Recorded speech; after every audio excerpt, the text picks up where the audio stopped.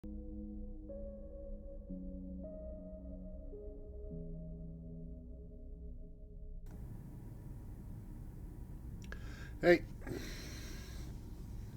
how you doing? We are back with more Citizen Sleeper this time. We're going to try to advance through our emulated minds' current predicaments. Coming back to it after having played Have a Nice Death. Uh, it hasn't been ages, it's been like 2 weeks.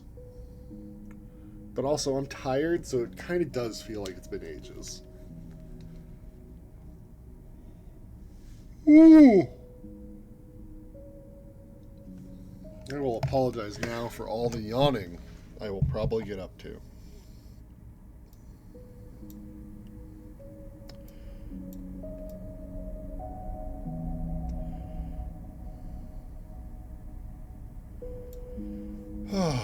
Alright, so.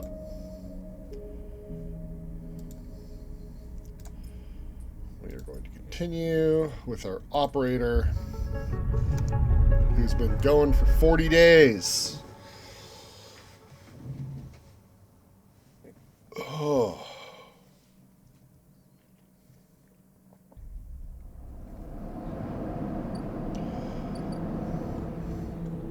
Okay.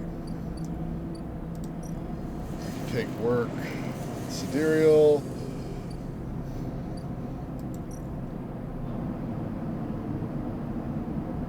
I have no idea if the whole game takes place in the station here. I kind of assume it does.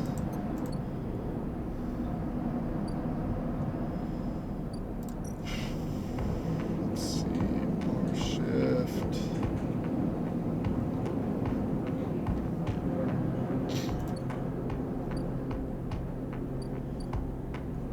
What are we doing? We need to find a place to grow this seed. We have to start collecting mushrooms for various people. We have started working with Bliss up in the repair bay. Oh, we need club heads, that's right. And we're supposed to be doing work for the Yataghan. Alright, we're waiting for Emphas to finish cooking the next meal. That'll work out good.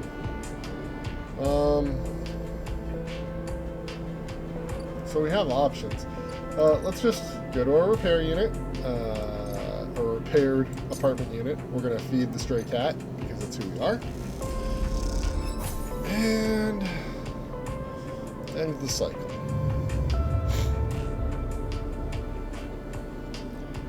Right, we've like hit the point now where we're making a lot of money just for being around, it seems. Feed the cat again on our way out.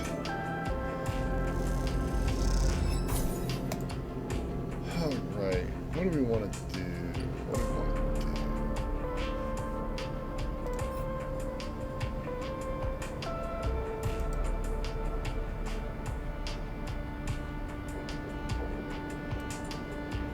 I guess I want to grow this weird seed we found, huh?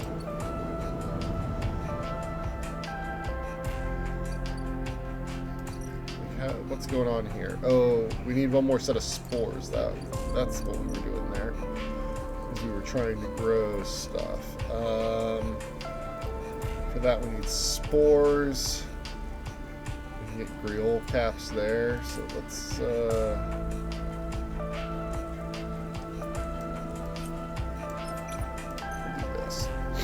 we only need one set of spores. Oh, we failed. Rough. Try again. Okay. Fine. Kill 2 of my dice. That's frustrating.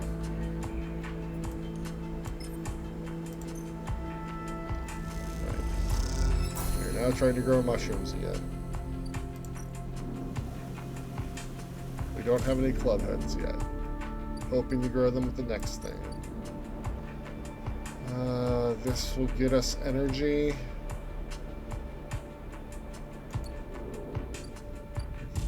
sleep in the Haifa dorm. We can also get scrap by going here. But we need energy. We're currently starving. And we can't buy food from Memphis right now. Alright. Now we won't be starving tomorrow. Right. Yeah. There's Amber. Alright. We currently have no upgrade points. Right. We were saving up to update one of these. Probably engage. But who knows? Let's just sleep out here at the commune. End cycle.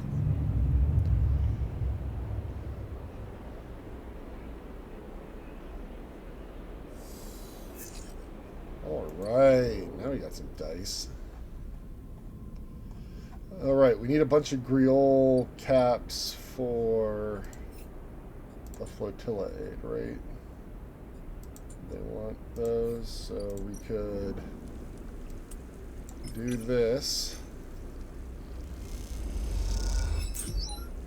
There's some. Probably need a lot.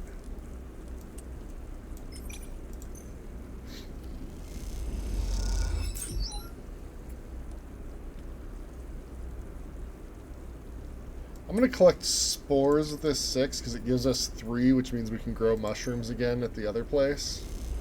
And I'm going to keep this 6 for something else. Let's see. What do we want it for? We can go get scrap.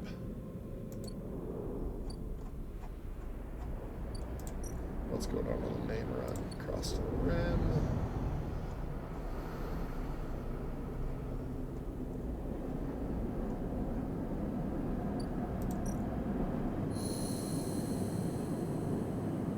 Can't buy any.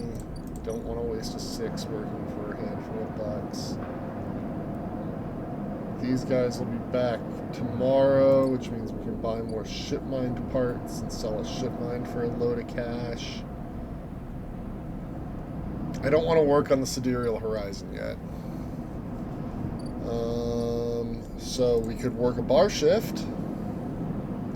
We need food too, so maybe we'll... I mean, like, we could just go work and get the 2 energy we need at the Haven. Oh, we also need...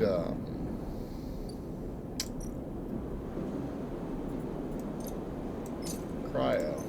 So we'll buy a... Or not cryo, stabilizer. So we'll buy a thing of stabilizer. Let's... Midline freight hub.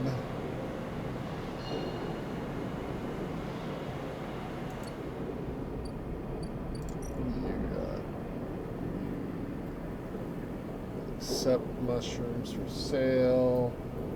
Buy a ship mine from you. I don't know why I would. Let's ascend to the hub. Alright. Tomorrow is also going to be a fresh contract with Bliss. Go to the lounge, the Gimbal Bar. This place is not worth the money. We do have a place to sleep up here. So we could sleep. Alright, we can use our 6 to sunbathe, and that'll get us 3 energy without costing us money. But we have plenty of money. I'd rather just spend the money and use the dye to advance something.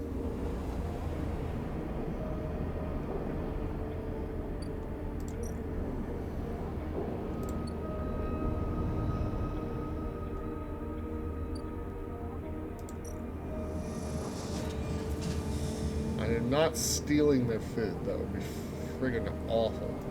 You don't steal food.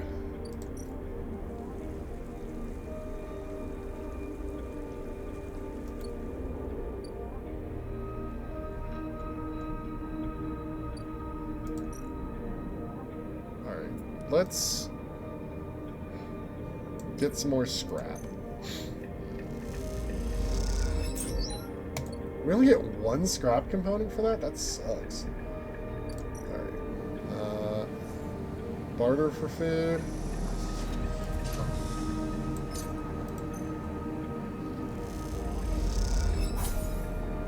2 energy. We're gonna do that again. Oh wait. No, we're not.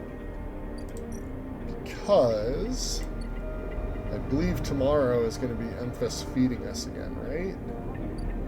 Oh, is it 2 more days until Emphas? No, tomorrow Emphas will feed us. Perfect.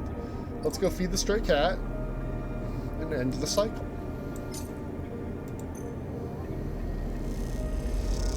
And then tomorrow we inject stabilizer.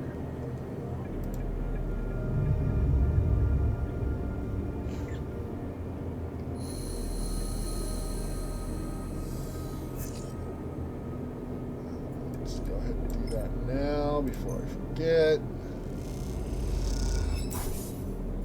Feed the stray cat.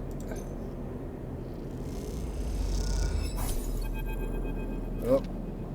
Sleeper. Moritz is waiting for you on your way out. How have you been? Busy. I see. Well, I'll get right to it then. Bliss sent me down. We've scored another contract and she needs your help. That's the message. He pauses. Look, I know last time the payment didn't come through, but you did good work. Bliss knows that. It's no problem. Okay, then. She's doing her best, you know. I know. See you up there. Moritz turns and strides off, leaving you in the corridor. Time to help Bliss, and maybe this time you think to yourself, it'll work out. But first, we're starving. Emphas is preparing the matsutake caps. He cleans them carefully with a damp cloth before shaving the stalks as if he was sharpening a pencil. His knife slides through them, revealing the bright white of the flesh within. These are good, Sleeper. Very good, he says without looking up. I bartered with Mingi for some kelp, too, so we can brew the dashi. Dashi? A soup base. Very good.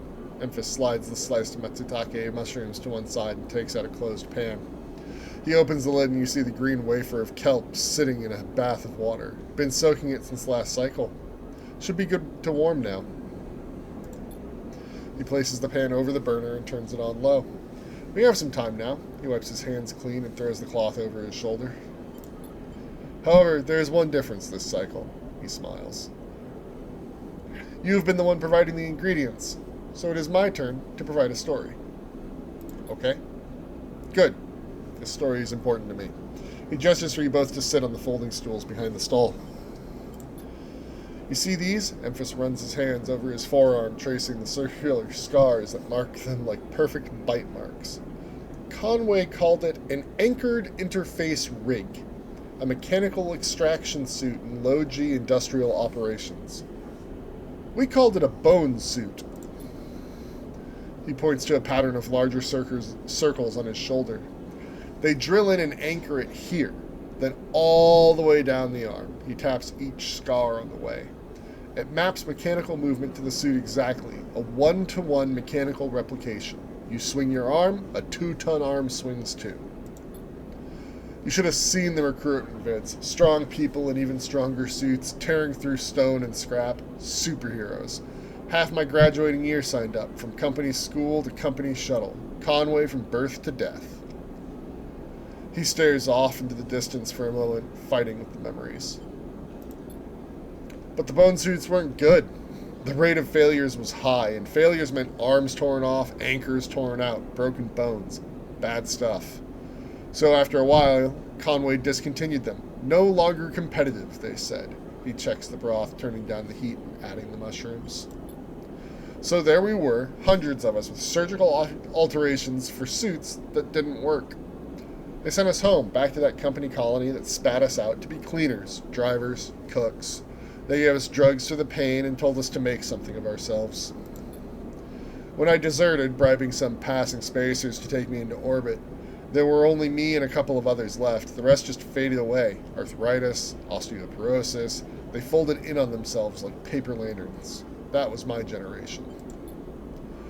The anchor points still ache, still burn. He touches the scars. But what burns worse is the betrayal. I've been on the eye a long time now, but that will never fade. Not that, and not the faces of my friends. Emphas reaches over and sprinkles a handful of leaves into the broth. It is ready. Thank you. Thank you for listening to me. I will not let their story die, and as long as I am telling it, it will remain. Emphas pours the broth into a double-walled metal bowl and hands it to you. The heat radiates through your hands, and the smell drifts up, rich and sharp, like a pine forest after the rain. You drink the broth slowly, chewing the matsutake and thinking. Emphas busies himself with cleaning the pans in the bowl, sealing the kelp back up for another day. Then he quietly comes to sit with you while you finish your meal. Neither of you speak, preferring instead to let the story linger in the air a little longer. It's not that there is nothing to say, it is that sometimes in the moments after something, speaking breaks the spell. So you both idle, eager to be in each other's company. Emphas taking longer over his cleaning, his packing, and you savoring the final dregs of broth. When you finally finish and hand him the bowl, you feel the spell break, and the story leaves you both. And as you leave, you know that both of you are somehow a little more empty and a little more full than before.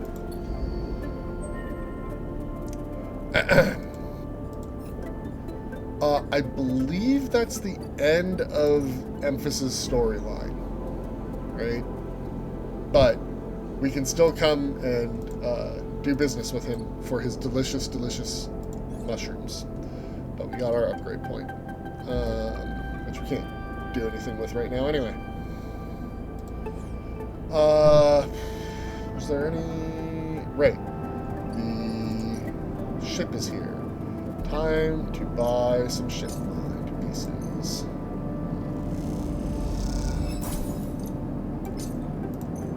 Gimme, gimme, gimme. Right. And then we need to go to the orc fabricator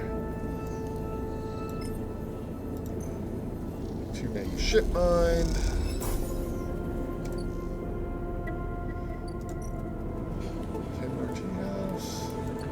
We could make a lot of money there, but I don't care enough. Castor has nothing for us. Rabia. I mean, we could do work for Rabia. We'd have to do a lot of work to do this. Alright, time to sell that ship core. There we go. Made some money there.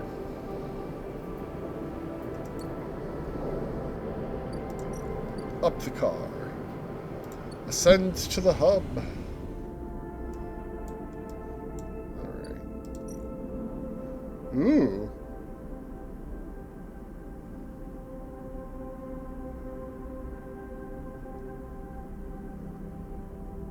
Wow.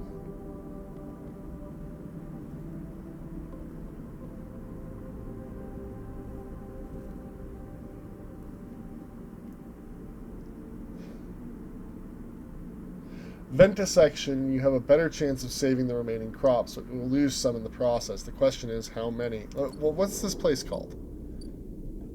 I want to read this. Sycamore Seed, a Haifa farmed freighter. Okay, so this is from the commune. Welding in a zero-G farm is tricky. The torch, the heat, the sealant, everything can damage the crop you are trying to save. So if we intuit... Let's see, what is this clock? 1, 2, 3, so this is a 12-step. This is 1, 2, 3, 4, 5, 6. A 24-step. So 1, 2, 3, 4, 5, 6, 7, 8, 9, 10, 11, 12. So if we screw this up, half of the fragile biome gets screwed up. This is only a one-time thing we can do. But we are guaranteed to succeed because we have a 6. So we're going to vent a section and have a better chance of saving the remaining crops, but we will lose some in the process. The question is, how many? Oh, we do both? Oh, we only did half. So we lost 6 there on the fragile biome, but we can't do that anymore. We're going to hit reroll on this. Yes. Now we are going to work by welding in a zero-G farm. And we're going to do it again. Oh, that also ticked up fragile biome. Interesting. Interesting. This is nothing but positive or neutral.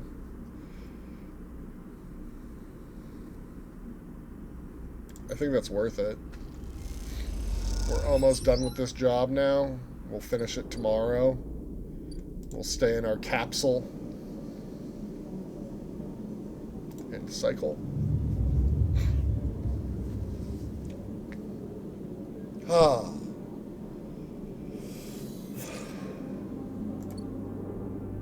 All right.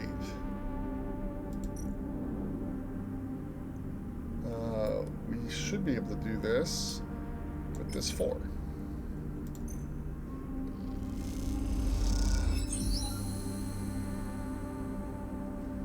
All right.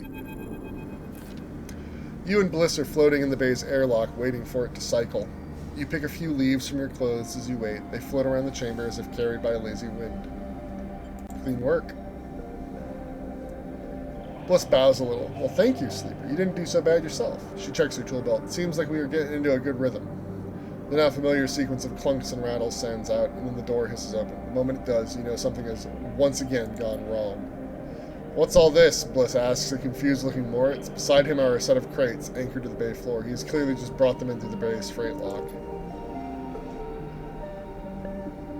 Moritz looks nervously between the two of you before answering. It's payment. He runs a hand along the crate. The Sycamore Seed crew just brought them over. He stops, but seeing the look on Bliss's face adds, they were very thankful. I bet they were. What the hell is inside?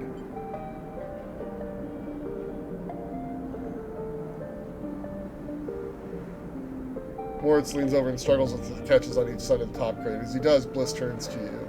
Don't say it. Bliss stares into space. Don't you dare say it. Stay silent? Don't. She gives you a hard look. This isn't my fault. Moritz finally gets the catches free and the lids float off, drifting up into the bay. As it does, a small brown lump floats up with it. Moritz reaches out and catches it as it passes him. Is that a mushroom? Bliss finishes. A damn mushroom. They paid us in mushrooms? Not just mushroom. He holds out a clump of tightly packed leaves. Produce. Goddamn hive of commune. Should have known they didn't have a chit to rub between them. She knocks a small bound mushroom across the bay. Stop, Bliss. Moritz grabs her hand. These are good. Fresh. We can sell them. To who, Moritz? Are we running a grocer's now? We need cryo, otherwise this whole bay will be shut down. We can't pay for parts with leafy greens. I can use them. Bliss raises an eyebrow. What, 4 whole crates? Even you can't be that hungry. You can take a few, but the rest will sell. Or at least Moritz will sell them if he's so eager. It isn't that bad, Bliss. It's a step in the right direction. They'll sell well. Looks like I went into business with a couple of wannabe farmers. Prove me wrong, then. Show me this is a windfall. She kicks away towards the new patched-together terminal. Until then, I'll be working on how to keep this place open. Moritz mouths a thank you and goes back to moving the crates. You'd better be on your way, too. Hey, we got a whole bunch of mushrooms. Alright. Bliss will have more work in 4 days. So. Nothing up here. In the data cloud. Descend to grid. Oh wait, now I'm confused. There was a...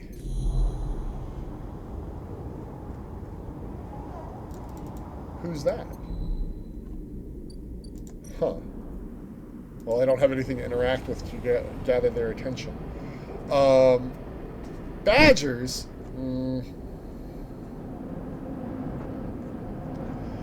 Alright. We have some stuff. Probably not enough stuff. Let's cross to the Greenway. We're a day away from that ticking over.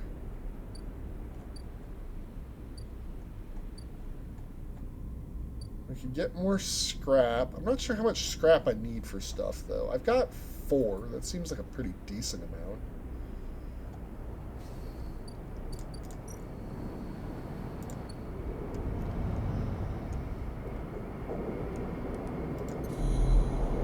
We've got a 1, so we can steal some data off of the Yadigan agent.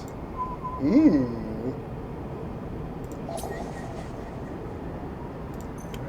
Lots of options for these now.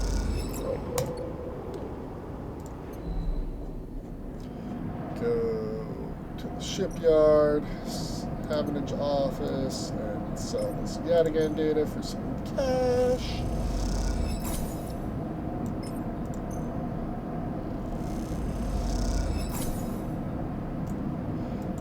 How much do they give you for a ship mind fragment, do you think? Because we get 150 for a ship mind full.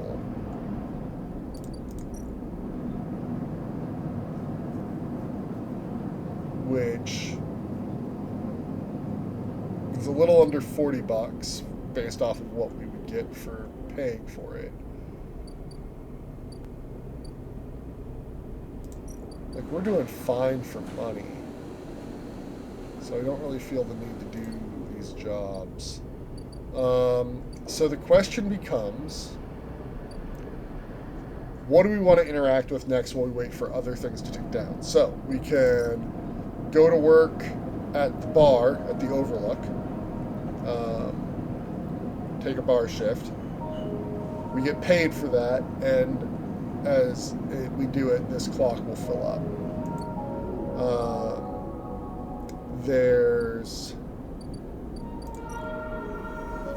Let's just make money.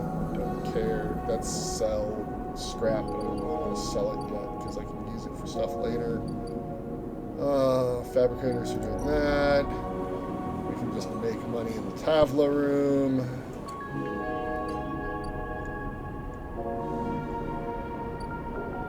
So there's the bar. There's low end doing stuff for the Yadigan. We could engage in some petty theft. Or work as a freight operator.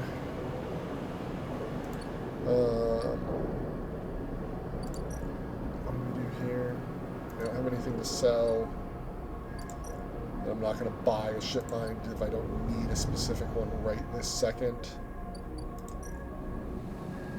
Nothing to earn here.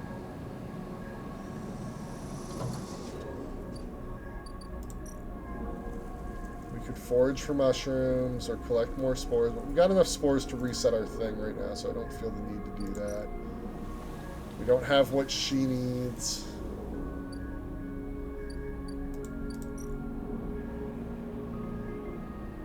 That's just for more energy. We can get more scrap. I don't want to start this yet because it specifically tells us this is like a last thing to do. So I guess it really does come down to, do we want to mess about with the Yadigan or do we want to work at a bar? Thoughts? I'm open to suggestion.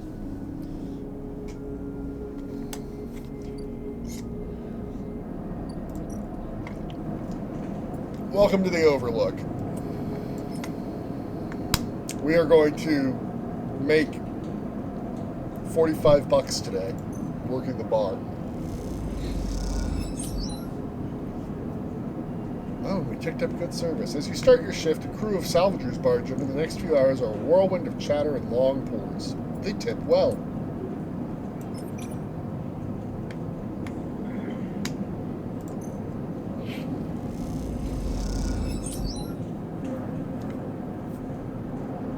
Same story. We'll just spend all our dice here today. Alright. One more day, one more shift, and we can do more. I'm not sleeping in the container anymore. I refuse. There's a cat we can feed instead.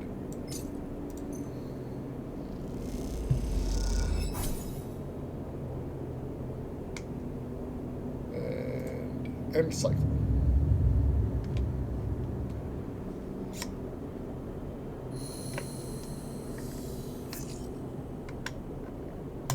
Okay. Let's advance the bar story.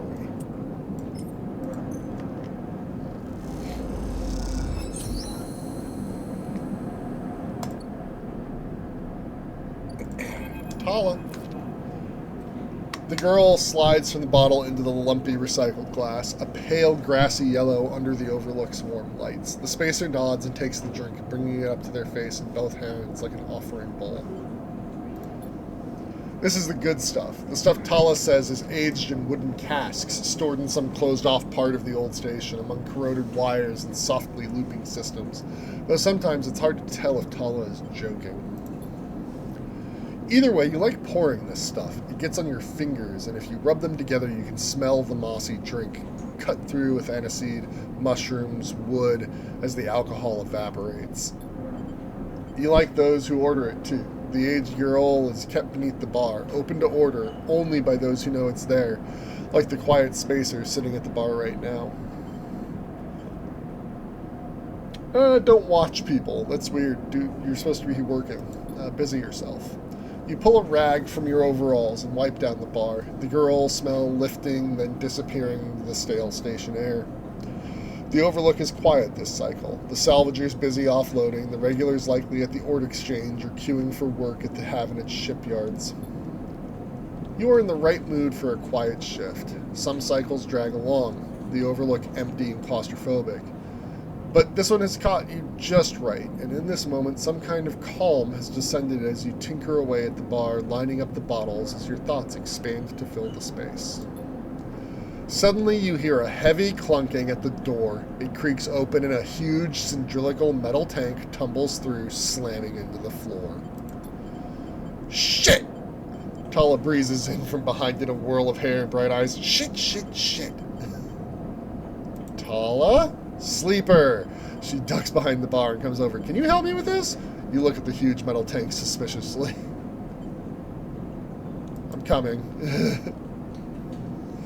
You come around the bar and get to one side of the tank. Okay, says Tala, on my count. 1, 2, 3. You both heave the tank up to standing. Somehow. You hold it in place, struggling to keep it steady. Where's this going? In the back, comes a voice from behind the tank. Somehow you manage to lug the huge thing into the back room, where you place it in one corner, dwarfing the rest of the contents in the cramped space. As you do, you hear a crunch. You stand back and look at the expired rations oozing out from under the tank. Ah, shit, Tala looks at you apologetically. I know you liked those. Good riddance. Tala smiles. Oh, good. I thought maybe liking expired rations was some kind of sleeper thing. No. You push the crushed rations to one side. That's the end of that. Tala looks exhausted and rubs her shoulders. Francis, I swear to... Something up? Yes. He was supposed to be back from Etienne's up in the Greenway by now, back with our girl. She leans against the tank. It seems like he got lost again, or joined the Haifa commune. We need that girl. There's 4 other bars near here, and the spacers sure as hell don't come to the Overlook for the ambiance. She looks through the open door to check if anyone can hear her. She knocks on the hollow tank. So I'm taking matters into my own hands, she smiles. Welcome, sleeper, to the Overlook Distillery. You look around at the dank back room. Needs some work. She picks at some paint flaking from the metal walls. Oh, I might need some help, though. You up for it? She knocks on the tank again. Could be fun. Yeah, let's start a distillery. Okay, she grabs you by the shoulders. I'm excited. She turns around and looks at the tank. I reckon we chop this thing in half, one half for fermentation, and the other we turn into a still. We'll still need to gather the ingredients. She turns back and looks at you. You look more like a chopper than a gatherer, so how about you build the still and tub while I work on the rest? Oh wait, sleeper, I have an idea. Grinning now, and it's making you nervous. To make up for the rations, how about we put a kitchen in here too? A kitchen? Uh-huh. I always wanted to serve food. She turns back to the tank. This is gonna be great, she says to herself. You look at the dead tank in the bare room. At least she has vision. No. You misunderstand. There is no health and safety here. I don't need shit. Permits. Permits.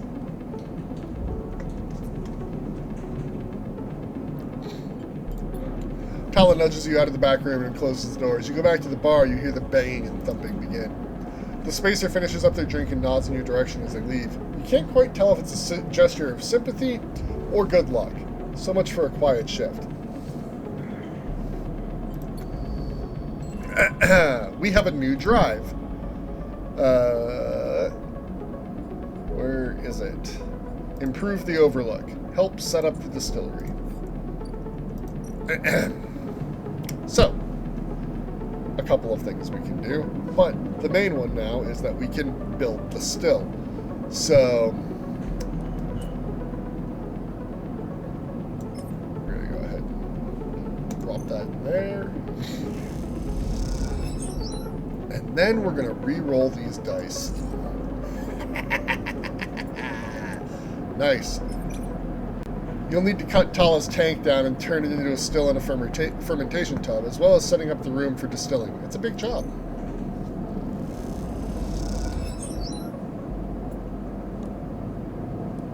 Tala comes to help you for a bit and chats to you about her plans for the Overlook. A second pair of hands makes the work go easier.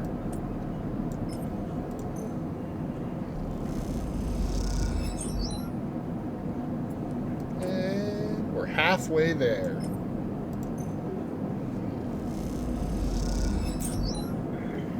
And we got a piece of scrap that time. Hey, Amphis, how would you like to work in a kitchen? Buddy, pal. We're gonna have our own booze.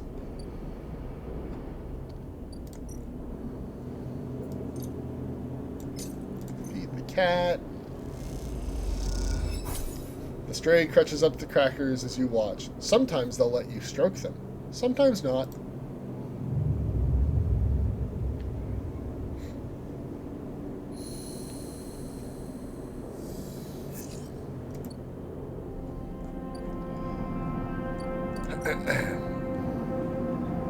So we're going to finish building the still today.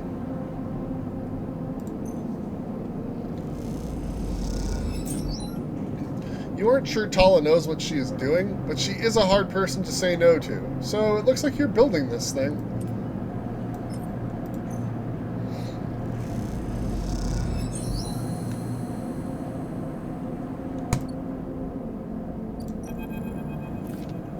Tala stands back from the newly finished still and tub, hands on hips. Look at this, she grins. The Overlook Distillery in all its glory. She squeezes you around the shoulders. Thank you. How's sourcing ingredients? I think I've got most of it covered between the food factories in the low end and the farm stacks on the Greenway. However, there is an issue. Tell me. Well, Girol the drink, as you probably guessed, is named after Girol the mushroom. That's what gives it that golden color and earthy taste. The alcohol is infused with the mushrooms along with a mix of spices. That means you need Girol caps to make Girol, but no one wants to supply us. The distilleries on the Greenway are taking all the stock from the farms out there, so it's hard to get a single cap across Founder's Gap. I might have a supplier.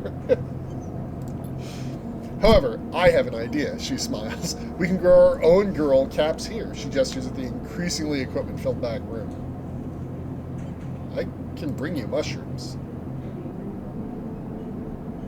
Tala gives you a pity. Like, where's your vision? Any outside supplier means they take a cut. Okay, maybe not you, but someone, somewhere, takes a cut. Nah? Tala puts a hand on the still. We made a still. We set all this up. How hard can growing mushrooms be? They don't need light. They barely need soil. We can do this. Or at least we could if we had something to grow them from. Like spores? Exactly. Suddenly you feel like you've walked into a trap. And you are the perfect person to get me those spores. She nods rapidly. Think about it. You built the still. You were great with plants. You know the eye like the back of your hand. Need I go on? Are you flattering me? If it's working, then yes? She grins sheepishly. Look, I can't leave the bar and the other people picking up shifts. I'm saying it has to be you. Fine. Wonderful. You'll love it over on the Greenway, I think. All that fresh air, open space. Yeah, I know. I've been. She sees your expression. Okay, I'm done. I'm done. She turns back to look at the still and the fledgling distillery forming around it. It really is something, though, isn't it? And want to or not, you really have to agree. Alright, now what do you need? Oh, you need spores? Hey, Tala. Tala wants to set up a mushroom farm to feed the distillery. All she needs from you are some spores to start it off. Ding. The mushroom farm will make the back room of the overlook into a miniature Girol factory. They're so cute, says Tala, looking at the container of spores. Her excitement is infectious.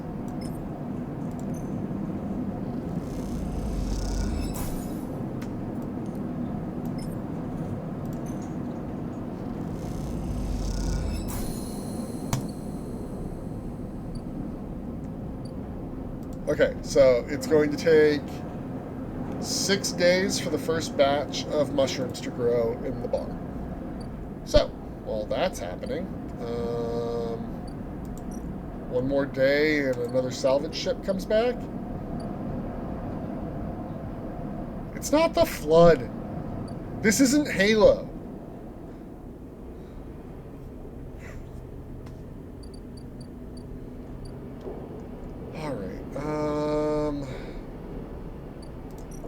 Let's head up the hub. Still 2 more days till there's more work. Send back to the rim.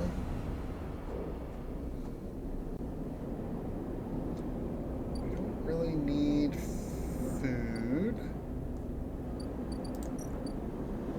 That's fair. It's a lot smaller than the Halo ring, though. I'm gonna need another dose of stabilizer in a little bit.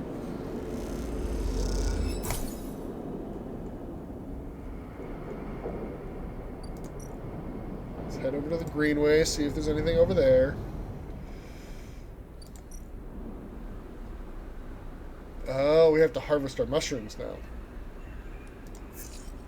Ooh, that reroll didn't help us very much.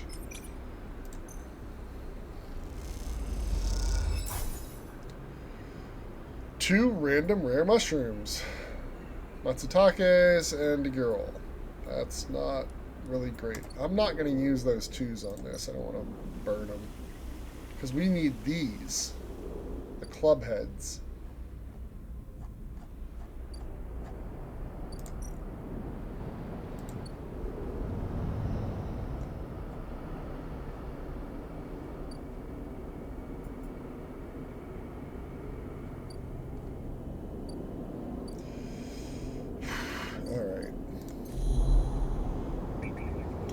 Gotta get an agent. Hate an agent.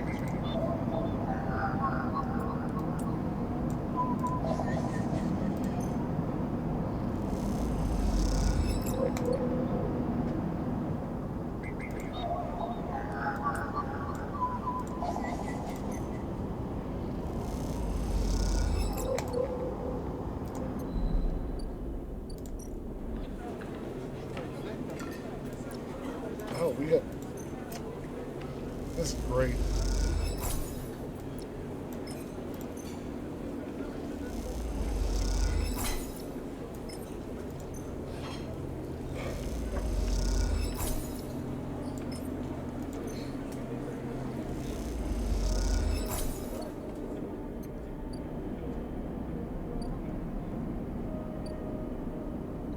Well, feed the cat, go to bed. We'll wait until we're, what is that, 4 more days before we inject our stabilizer. We'll go down to 4 dice. I think that's fine. We'll still be getting plenty done. Probably. Ooh, look at those 6s. Alright. Well, that's ticking. These guys are here. We're going to buy scrap off these guys. Because sometimes we get shiploads from them.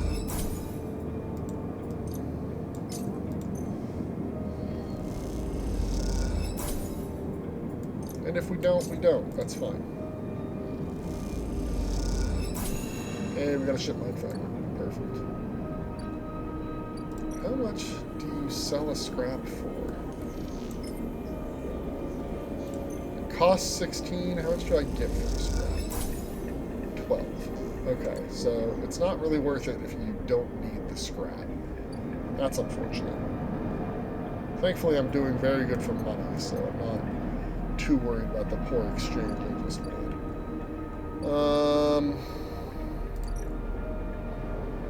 Cross to the Green Bay. Oh wait, we have work up on the hub, that's right. Wait, no, he didn't come to us today. Last week.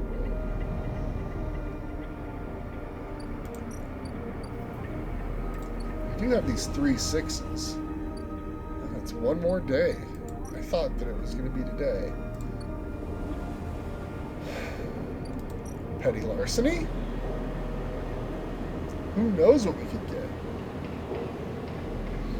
With 6s, like, nothing bad can happen, right?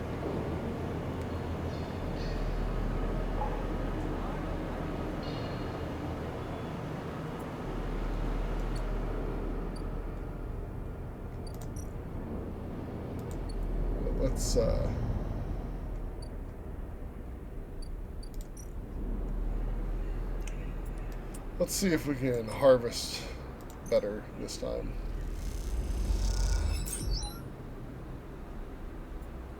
Well, we got more Matsutakes.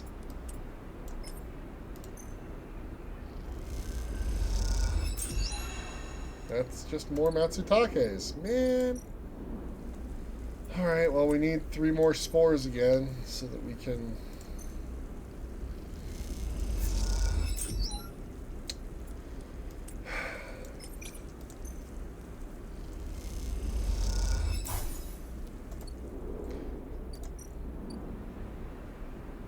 start the next cycle.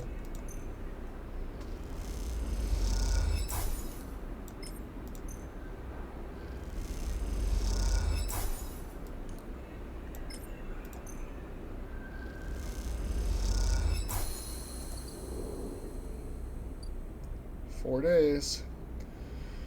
All right. Cross back to the rim.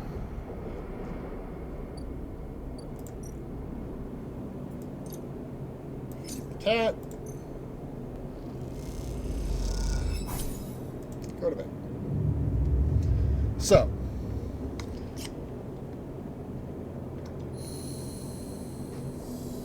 Oh, we're starving. Oh. Moritz. Sleeper is leaning against the corridor wall. It's time. Big job just came in. Grand finale. You up for it? I'm ready. Alright, then we are in business. This has to work, Sleeper. Has to. If it doesn't... Bliss okay? I don't think so, but she isn't hiding that from anyone. Look, Bliss has had a rough time of it. I thought you of all people would understand that. Sorry, didn't mean to be. Bliss is a good one. She gave me a chance. I owe her. He straightens up. I know you have your own things going on, Sleeper. We all do, but the Bane needs someone. Bliss needs someone. Hell, I need someone to help me keep Bliss from spinning out completely. Otherwise, there's not much I can do. He shakes his head, and I would hate to not pay back my debts. I gotta get back. I'm out. See you up there. Alright, first things first. Memphis! Memphis! Sleeper hungry! Alright, I'll be back tomorrow. Bye!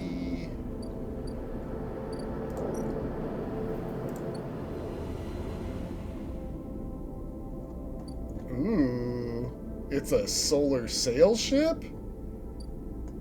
Starward Vector. Tangled Solar Yacht.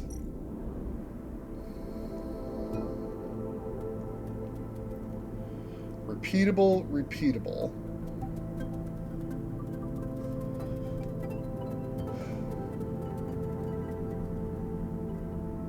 Ooh, the selected launch window for the Starward Vector's maiden voyage is closing. It's going to be a tight one. Rigged and ready. Oh my gosh, these are brutal.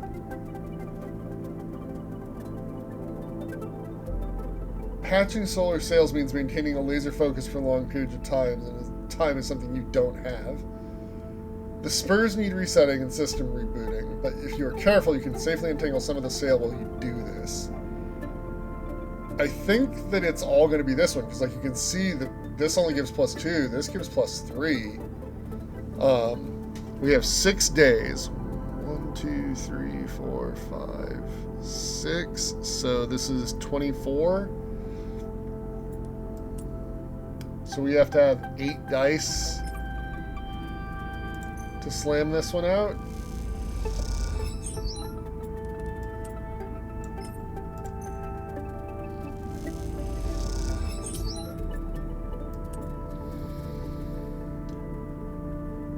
You delicately spin the spur, unwinding the sailcloth without it tearing.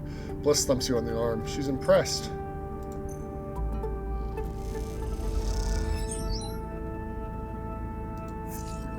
Nice.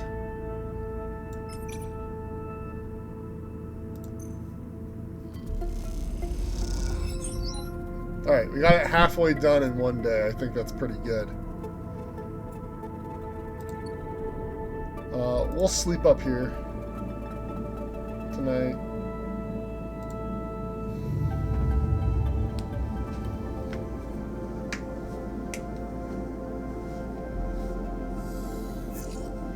Ooh, that's bad dice. Reroll. Okay. We've got some good stuff now. Alright. I don't think we're going to finish it today because of that one, but we're going to have it pretty quick here.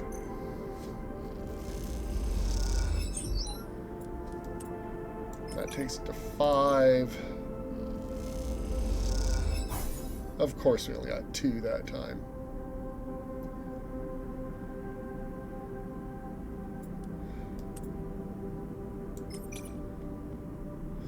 If we fail at this, it takes ticks away. Interesting. But we're going to totally finish it tomorrow. Sleep. Wait, no, we need to eat food. We'll just buy some here at the lounge.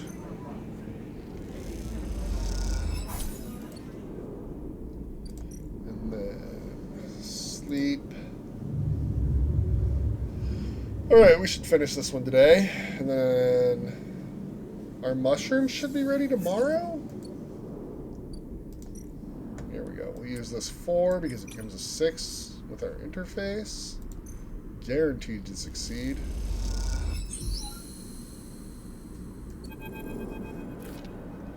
The atmosphere in the airlock is euphoric. You and Bliss keep grinning at each other like idiots. Exhausted, blinded, sore, and aching idiots. Sleeper, that was incredible. She punches you on the arm. I never thought we were going to make it. These idiots tangled the whole thing up like nothing I've ever seen. Make a good team. As the lock's inner door clinks up and Moritz gives a rare whoop. He looks exhausted too, and for good reason. Moritz has been on ferrying tools and parts back and forth from the ship. His tired smile tells you he's glad it's done. Sleeper? Bliss? Impressive. When I saw that ship come in, I thought there was no way. Why, thank you, Moritz, for believing in us. You know what I mean. Take the compliment. He shoulders some of the gear that came back in with you and Bliss and heads to the racks to stow it. I think you should be the one to do the honors, she nods to the ragged-looking console that Moritz assembled. I don't want to jinx it. You can see that she's genuinely nervous. Don't worry. I'll stop worrying when the chits are in my hands, and I'm giving them to a gimbal bartender. You slide over to the console and check the screen. It takes a second to see what you were doing through the flickering, cracked display, but after a moment you see the accounts. And there it is. Almost 1,000 cryo sat in the bay's transfer account. Well, Bliss calls. Have we been screwed again? It's there. Bliss kicks off from the floor and spins up into the bay, shouting as she does. The noise takes Moritz by surprise, and he knocks a rack of parts, scattering handfuls of metal fixings across the bay. The sight is something, glinting steel catching the work lights like glitter. Sorry, says Bliss. I needed that. She kicks off and joins you at the terminal. Moritz even managed to sell that produce. We made a tidy profit, eventually. Here, she loads a stack of blank chits into the terminal and transfers a chunk of the cryo to them. This is your cut. Bliss hands you the chits. Thank you for believing in this place. She looks away and smiles, even when I couldn't. When you first met me, I was on the edge of giving up. All it would have taken was one more push, you know? But now this place is sparking again. Work is coming in, there are funds in the accounts. Even Moritz is a spring in his step. You both look at him happily racking tools. That's because of you. He likes you. What's his deal? What? Why is he always so quiet? I'm not so sure. He doesn't much like to talk about himself, that one. You know, he came here looking to rob the place. I gave him a job instead. Don't tell him I told you that. I just thought it might help you understand the kid. Moritz turns to look at you, and both Bliss and you awkwardly wave. Maybe it's time to change the subject. What now? From here on, it's going to be a little easier. I'm going to look for some component contracts, stuff that will keep us inside the bay, not out in the lock. We don't need to risk our necks if we don't need to. You want to cash out? That's fine. But there'll always be work for you here when you need it. I'll be back. She smiles and then, out of nowhere, quickly gives you a hug. She steps back and glances around reflexively. Take care, she says softly. You too. You turn to leave. And Sleeper? Yes? Don't spend that all at once. We just got $300. Nice. Alright, so now...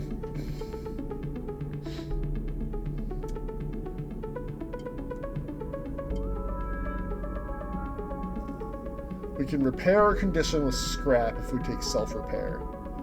We have that scrap.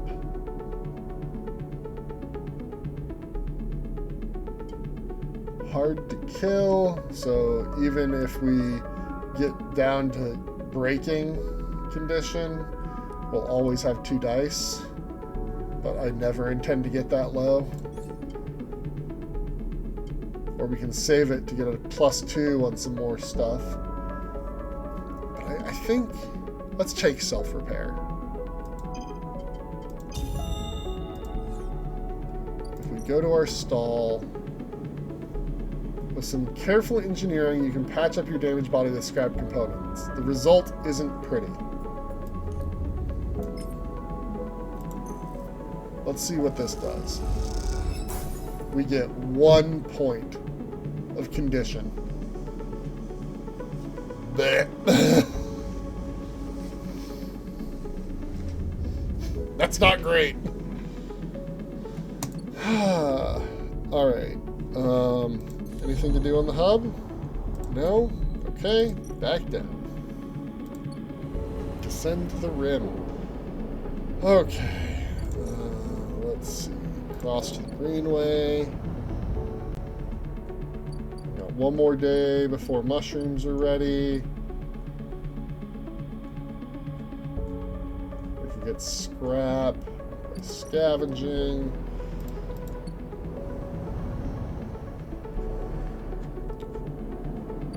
Bar is still ticking down.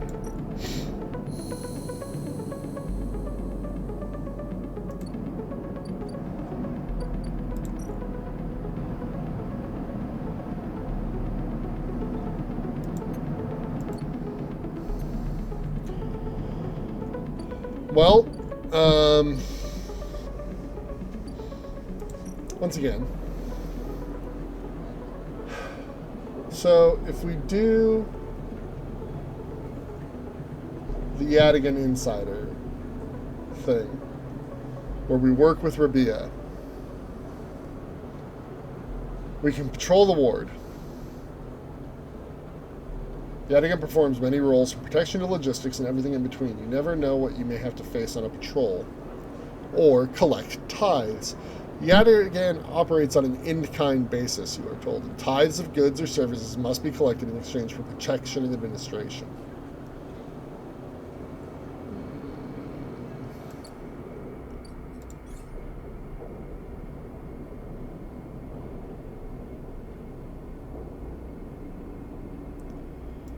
Well, if we take the engage action, we have a chance to regenerate energy.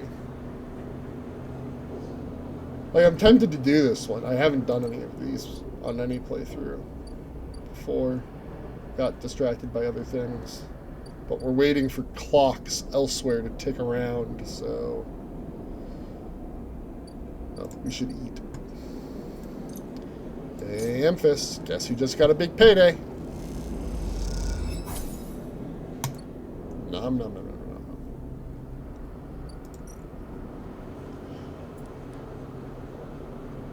If we do this, we also have a chance to get scrap components.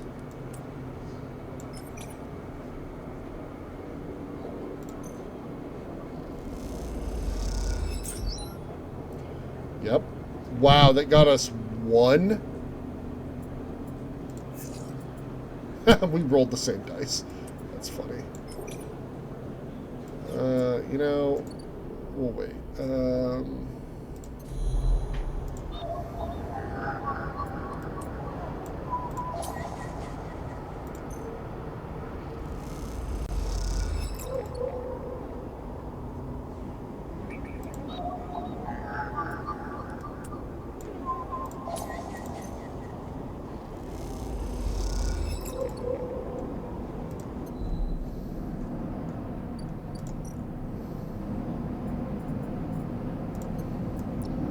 I wish I could sell this in stacks so it would go faster.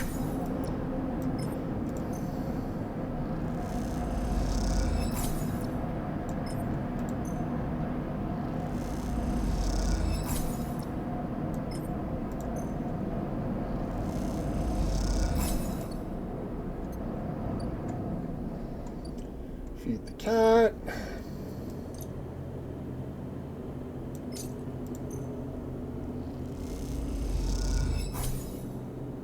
And so.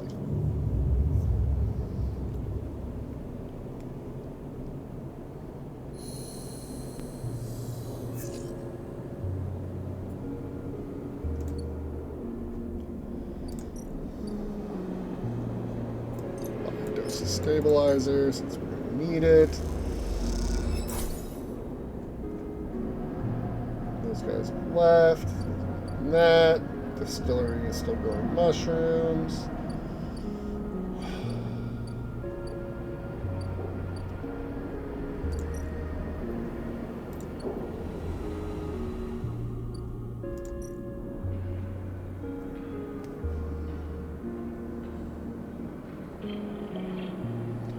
Oh.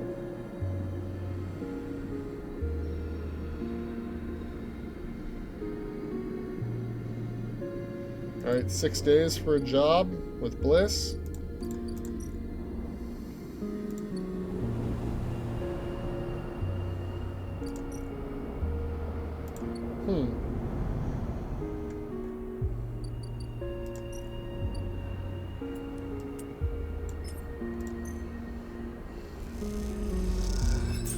Hey, we finally got some.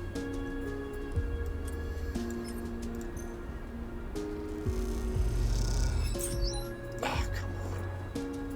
Reroll.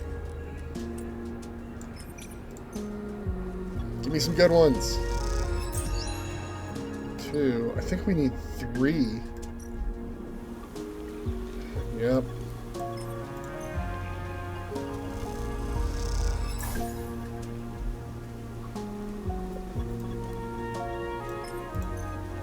That's rough.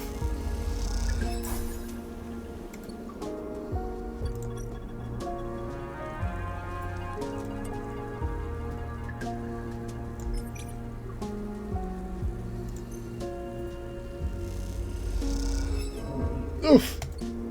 Ow!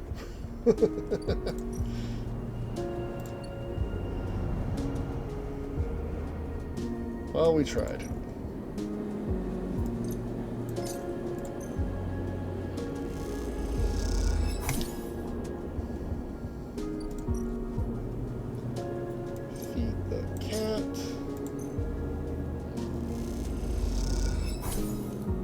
Stabilizer.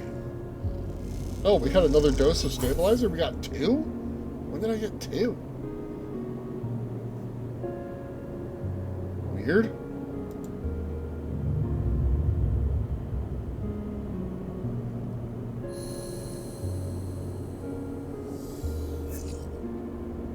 Man.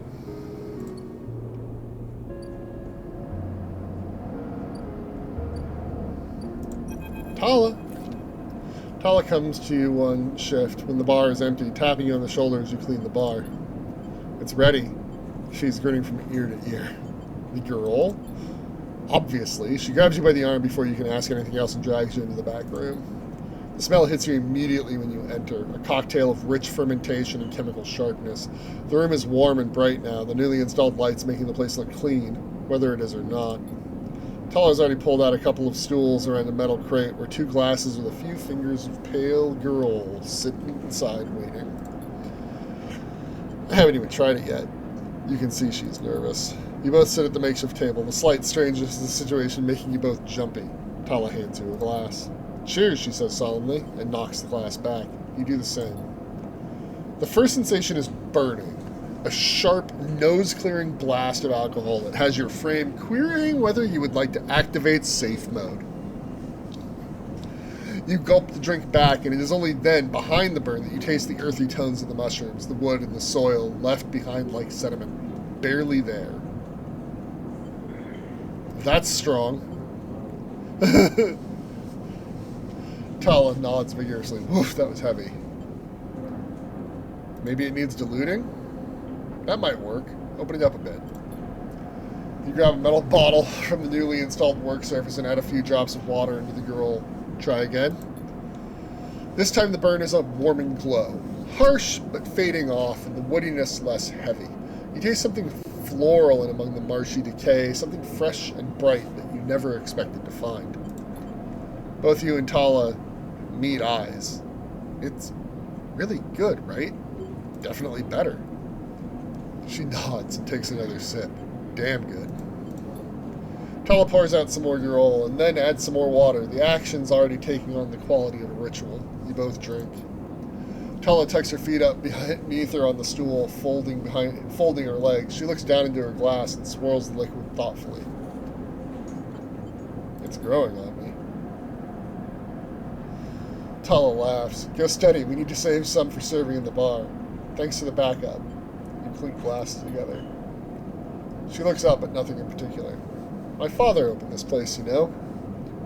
She says out of nowhere, a thought suddenly becoming words. It was his attempt at making a life for us, for our family, when we got to the eye. You were refugees? From Sinza, yeah. It's one of Ember's lesser moons. She takes a drink. I don't remember much. I was only tiny when we came. I was just thinking about something my father told me when he first set this place up. He wanted to call it the Bentayan. Bentayan? Bentayan. Bentayan? I'm not sure how to pronounce it. Bentayan. But he was afraid it'd scare off the customers, so he translated it. Hence the overlook. In these past few cycles, when I've been in here, I've been thinking that I should rename the place. The Bentayan. What do you think? What does it mean? Dad said he translated it to overlook, so something like that. Watchtower, maybe? Lookout? That settles it then. To the Bentayan. You both clink your glasses and drink up. Tala hisses through her teeth. Still harsh.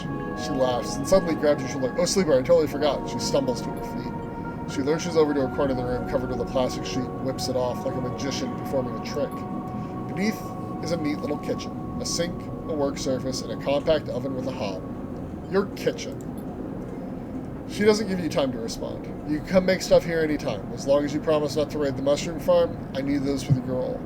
I was thinking, too, that if things pick up, we can start serving proper food at the the Bentayan. Do you like it? Thank you. Tala gives you a hug, then quickly stands back. I'm sorry. I'm so glad you're here. Me too, actually. As Tala tidies away the glasses, you inspect the kitchen, checking that it all works. It's small and salvaged, but after what you've had to put up with, it feels like a dream come true. Later, when she's done for the day, Tala comes back through to the bar, and you share a glass with the good girl, the one she didn't distill. And this time you talk about nothing in particular, sharing stories about regulars or discussing the best place to eat on the eye, which, after everything that has happened, feels like a nice change of pace. When it comes time to leave, you promise to cook for Tala and agree to let her know which shift she'll be working in the coming cycles, then slip out into the cool of the rotunda. And in this moment, you feel, for once, at home. The Bantan!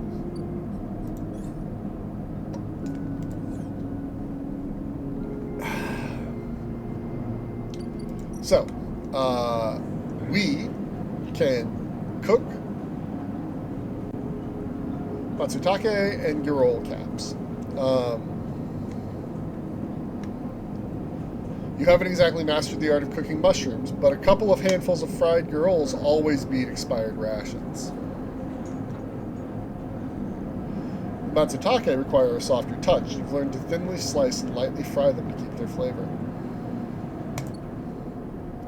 So now, if we have mushrooms, we can turn them directly into food for ourselves without having to go see Amphis, in case we run low on money. Also, we can export mushrooms for 80 cryo. Since we have so many of those, I think getting 80 bucks right now seems pretty good. Alright, what was I doing?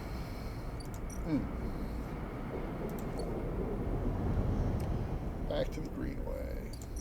We need spores. We need 3 spores. So,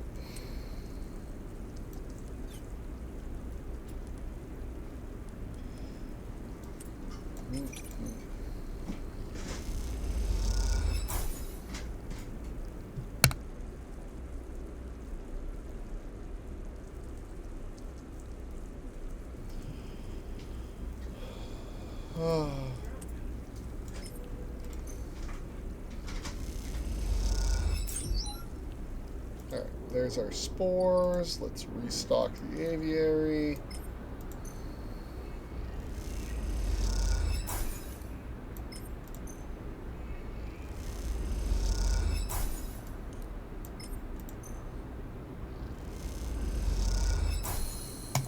Alright, that'll take 4 days.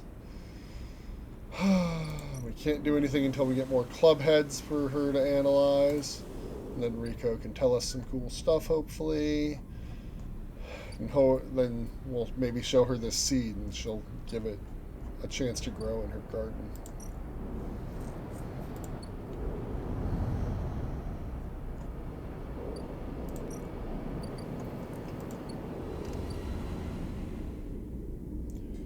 Alright, nothing to do up here.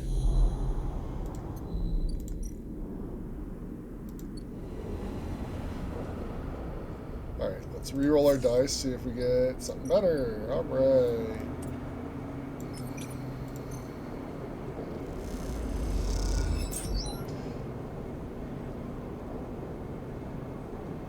Oh, one mechanic tides a new filtration system for the block's atrium, and after you help install it, he offers you some of the remaining scrap.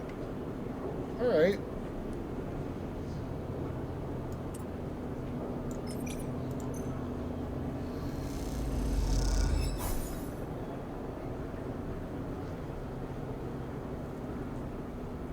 Oh, okay. Feeds us.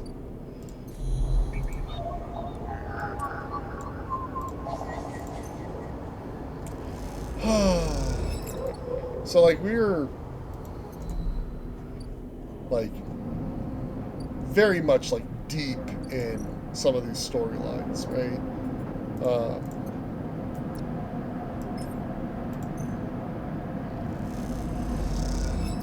I believe that's the end of Tala's storyline.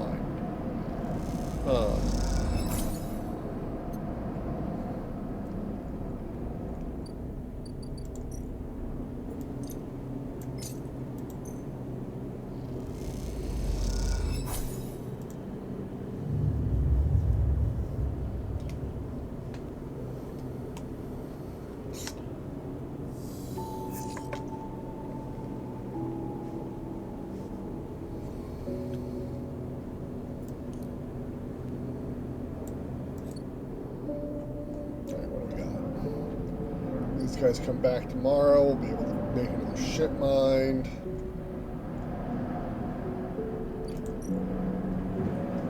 Let's cook. These are the required one. Let's cook our own mushrooms. Tala always comes to look when you cook matsutake. The smell draws her in. You eat the mushrooms together with a glass of your gruel. And look, it gave us energy. Yay! I want Navigator to come back. I'd like to talk to Navigator again, please. Game.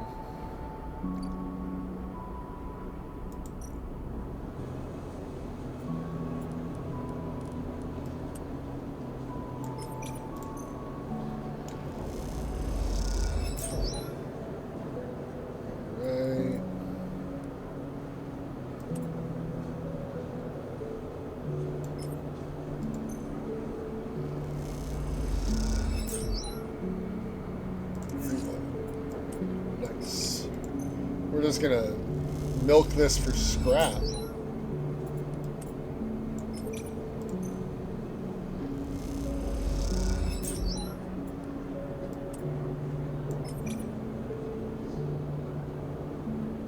Yeah. Perfect.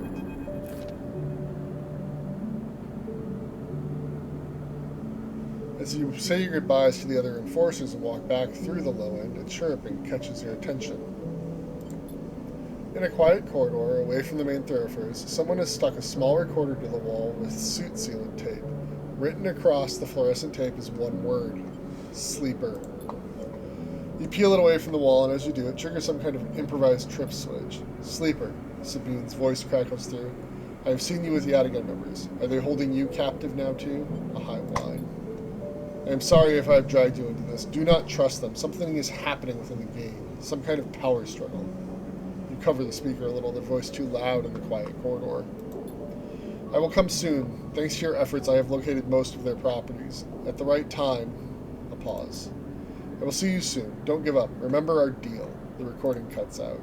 You stare at the recording, processing what you have just heard. Hearing Sabine's voice again opens up something inside you. An Essen ARP employee. Do they know that I know? You struggle with a mix of concern and distrust. You throw the recorder into a nearby waste chute as you leave the corridor, still unsure who to trust, and head quietly out of the low end. Yeah, so that's where that's at. But hey, we've got a lot of scrap, so we're just going to pop 2 pieces up in here and fill up our stability again. Well, I guess just 1. We don't need more than that. Feed the cat.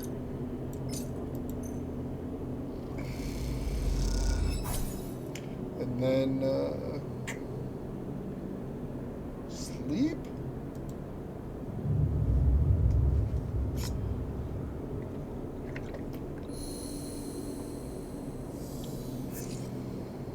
Oof. That's not great.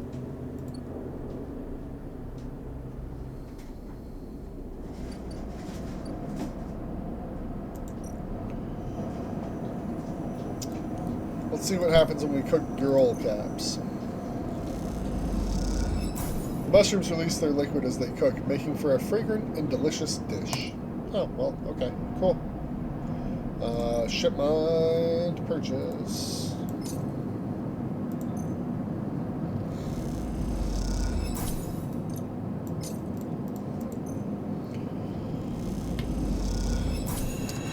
Yep, wrong button. Here we go. Yep, order exchange. Where's the fabricator? There's the fabricator. I would like to build a ship mine, please.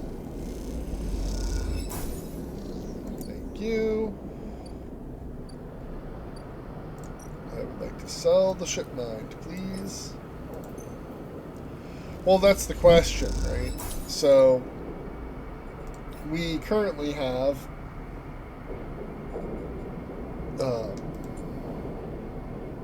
we need to find a place to grow this seed, right?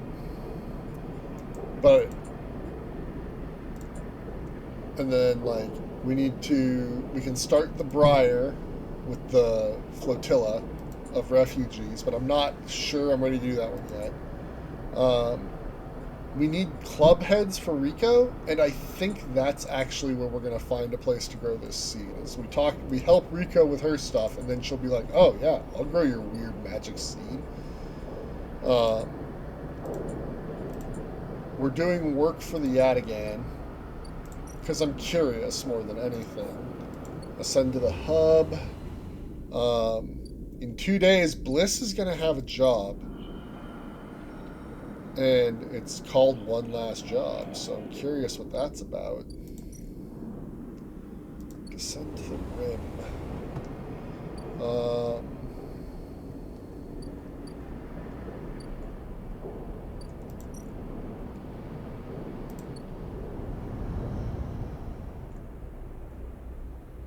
2 days before that's ready.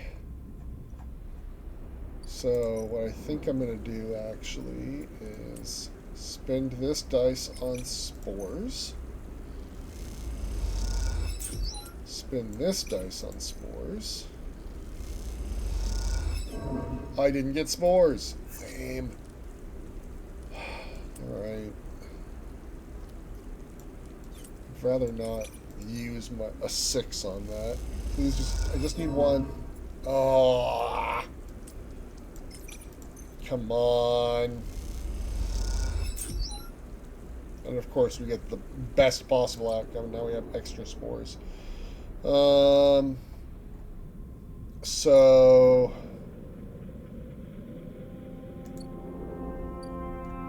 yeah. They only want 2 girl caps in order to start their thing, but we're not going to start that yet. What I will do is harvest mushrooms. And then we'll go get some food from Emphis. So the question is, what do we want to focus on? In a couple days, we're going to have a job with Bliss, right? So we don't want anything else to kick off before we do that. Sitting on any data? No. How many days was it for Bliss's job? 2 more till this one kicks off? Yeah. In 2 days, this clock's full. We can just sleep up here. Scrap.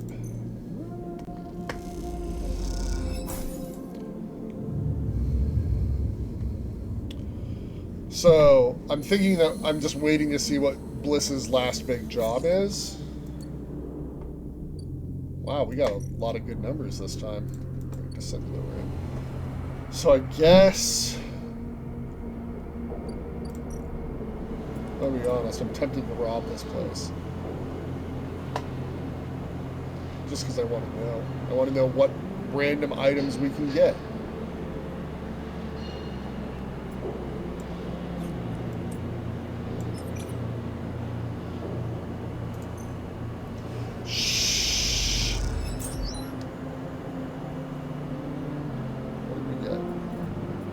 I got mushrooms. Do it again.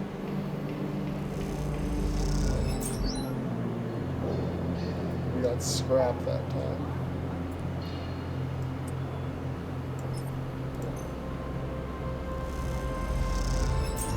More scrap.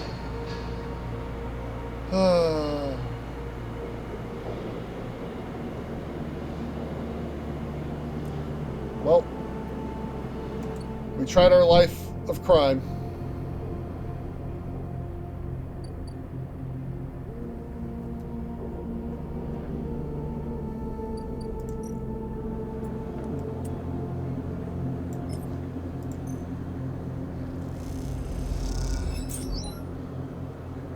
Scrap.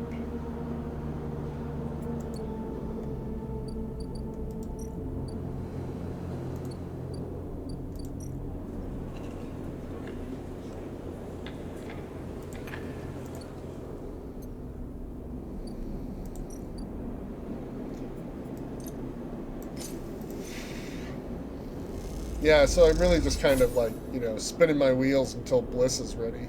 Kinda. Buy more scrap again. which I know was not like cost effective, but also it's a lot cheaper to have scrap on hand now that I can use it to repair myself than it is to buy cryo.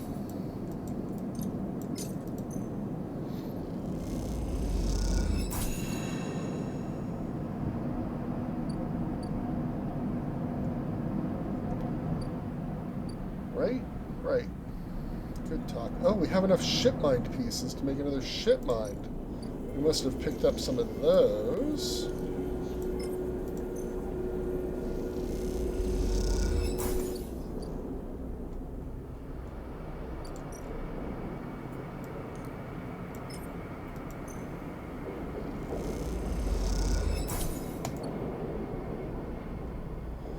We've got a 3 left. Yeah, what I'm really hoping for is that we'll be able to get our last club head from these so that we can give it to Rico so that we can advance this story next. What do we do with this? We re-roll it. Sure.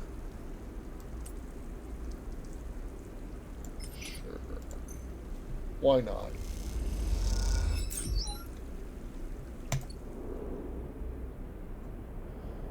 Alright, well, let's head back up to the hub because we know that's where something's going down tomorrow.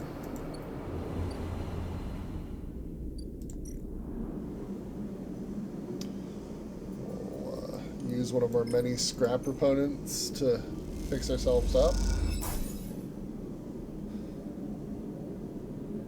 Oof, you can feel the new components under your skin. Blech. Don't like it.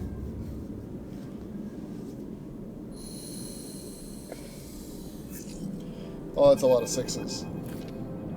Sleeper, long time. Moritz is smiling at you when you leave, clearly happy to see you again. Moritz, good to see you. Same. He rubs his hands on his jacket. How you been? Really well. Good to hear it. Looks you up and down. I knew you'd make it work. You're a smart one. Hey, look, I'm not down here to chat, though. I know Bliss said she didn't want to take any more big jobs, and she's changed her mind or something, because now we have someone looking for a refit of their ship in our bay. You would not believe it. They want their entire ship disarmed, cutting out defense arrays, weapons lockers, ship-to-ship countermeasures, the whole lot. We'll be able to start an arms dealership with all the hardware we'll have up there when we're done. Anyway, it's a massive job and we need some hands. Bliss said to go get you. So come on up. Bliss is waiting for you to accept the job. It'll be good to have you up there again, like old times.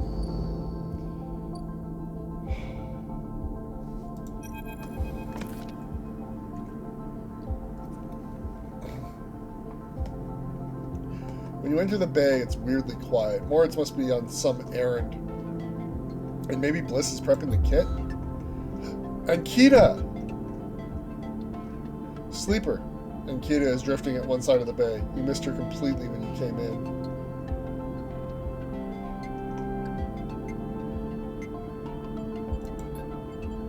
The idea of not seeing Ankita when you entered the room would have seemed unlikely to you several cycles ago, but seeing her without her armor, she seems smaller, less imposing. Ankita. She nods and kicks off from the wall, drifting closer. So what is this, she asks? Come to avenge Ashton or his sleeper? Or just looking for another payout? Her anger is familiar, but quieter than before, restrained.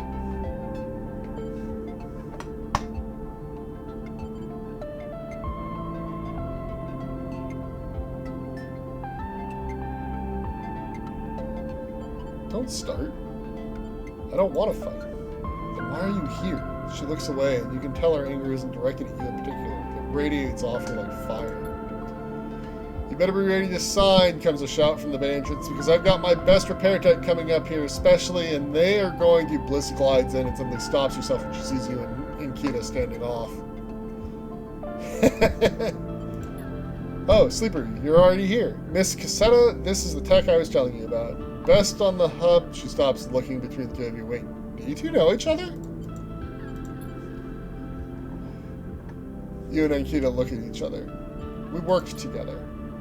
Bliss squints at you both before continuing. Produces a slate. Now, Miss Cassetta, if you'd like to sign our damage waiver here, looks like we can start on the decommissioning. She looks at you. My tech here is eager to get started, as am I.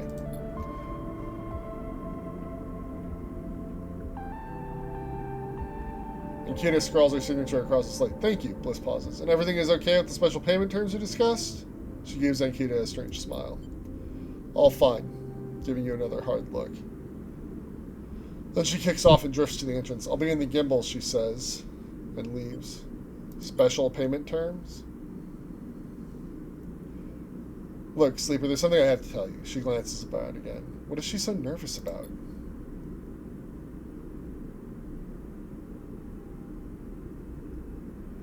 This isn't exactly a typical job. Miss Ankita, she gives you a knowing look, doesn't have the chits to pay us, so we've made a special agreement. I'm leaving.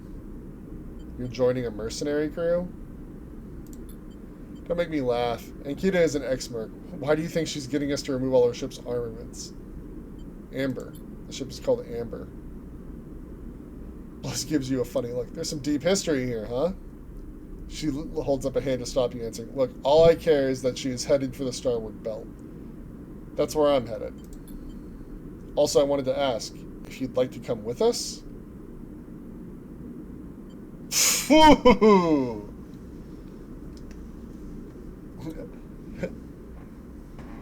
I can't. Like, I'm currently patching myself together with scrap, which I can get from this space station. Amber does not have spare material for repairing my body, which is constantly degrading.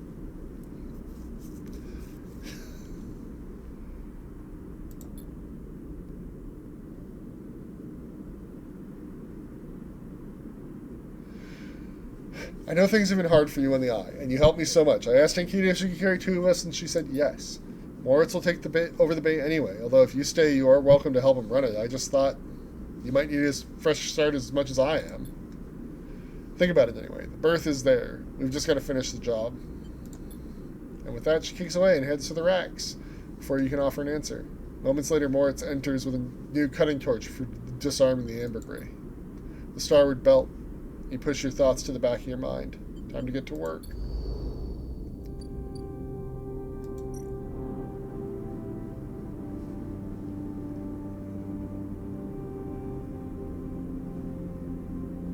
Wow.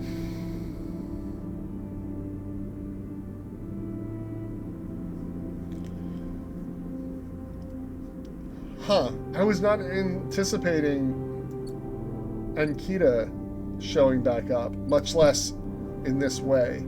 That's interesting.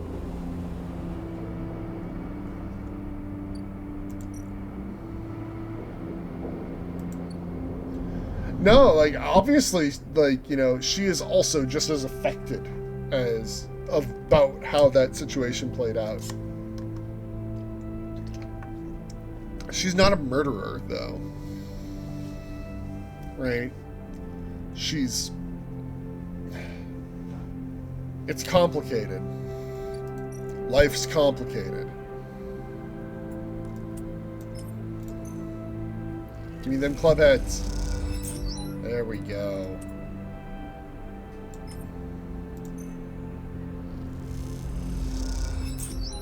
Can I get another club head? Can I have more than one, please? There we go.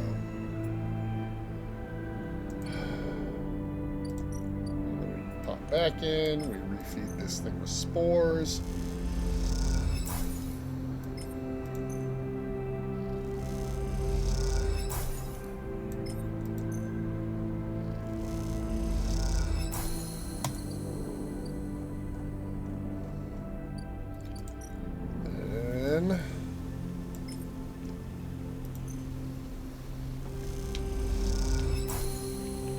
Immediately begins to work on her samples. Rico is at her bench, running small vials of some liquid through an old chemical analysis machine. The whirring of the spinning drum fills the lab with white noise, and you aren't sure if she notices you approach. Sleeper, it's good to see you. She looks up, smiling. This little project of ours has been keeping me awake the past few cycles, but right now, well, I think I have something. What is it? The drum finishes spinning, and Rico lifts a vial from it, holding it up to the light. This is something I extracted from those club heads you've been bringing me, and according to my analysis, it is a substance totally unique on the Greenway. You look at the small amount of liquid in the vial, Any idea what it might be? Rico asks, without looking away from the vial.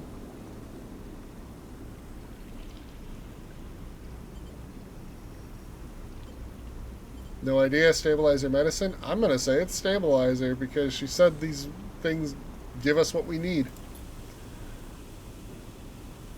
Rico nods. You weren't the first sleeper to come through here. Perhaps I should have mentioned that earlier. Rico's tone suddenly drops, changing the atmosphere in the lab immediately. I just thought... He pauses, thinking very carefully on how to continue. I just wanted you to trust us. What do you mean? They came through a fair few cycles ago. We found them wandering in the broken section near the gap. The members who brought them in had never seen one of you before. They were terrified of this strange person wandering in from open vacuum. They were quieter than you, and damaged. We did our best to patch them up and welcome them to the commune. I only really spoke to them once while I was working on their wounds, along with a couple of systems engineers. Never seen a body like that before. I took some readings, some samples. Samples? You have to understand, I was curious. I didn't know what I was looking at. I just took a little of the damaged material, less than a thumbnail. The next cycle they were gone. They took a little food and hiked up towards the wild margins where the greenway meets the waste. Someone saw them in the distance, but that was it. They disappeared into the overgrowth.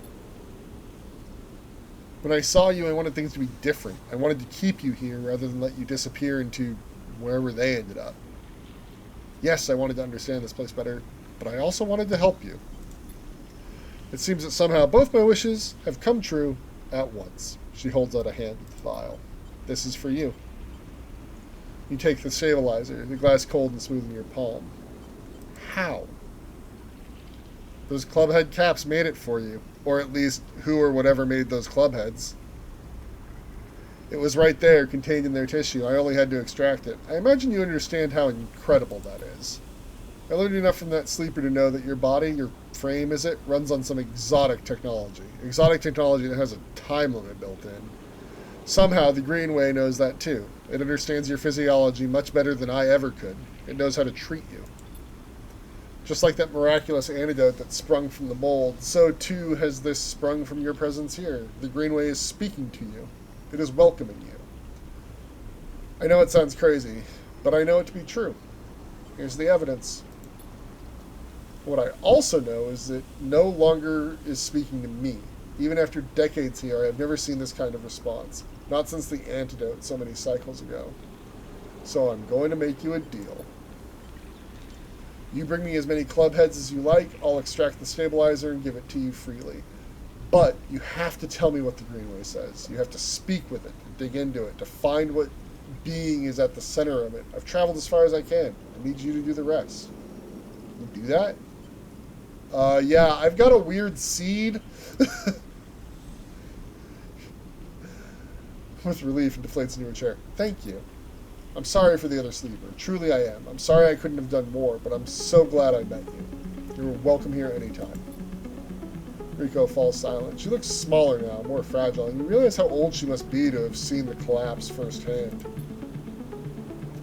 You idle a little in the lab, in case she asks for anything else, but you remain silent, and so you drift back into the tunnel, thoughts of that other sleeper and where they ended up, weighing on your mind.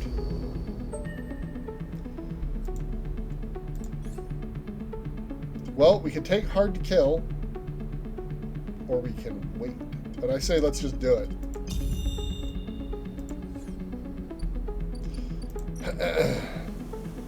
Hey, the only way to understand what Gardner gave you is to grow it. Rico is incredibly excited by the prospect.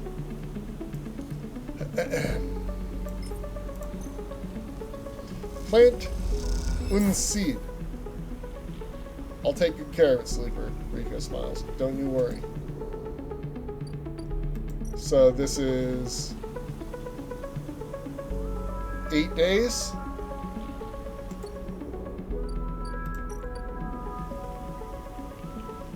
And if we give 2 club heads, we get stabilizer.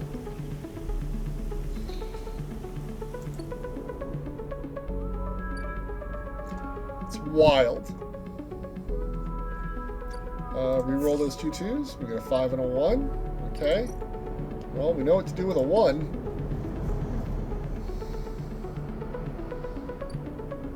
Okay, so if we can grow those club heads anywhere else.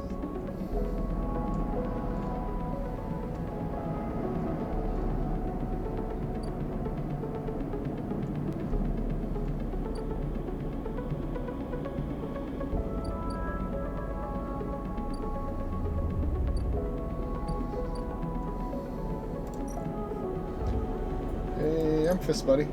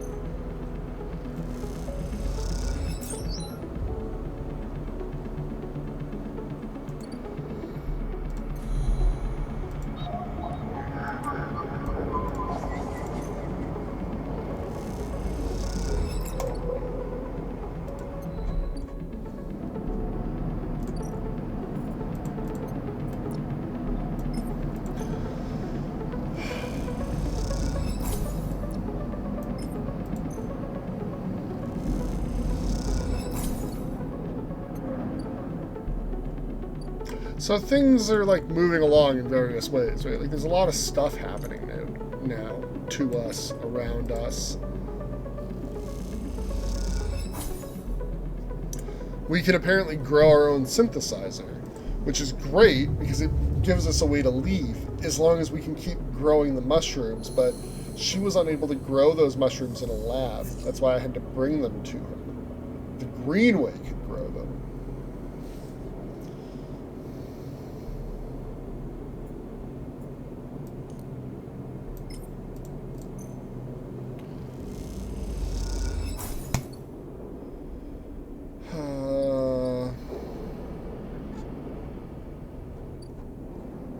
I don't think Ankita wants to travel with us.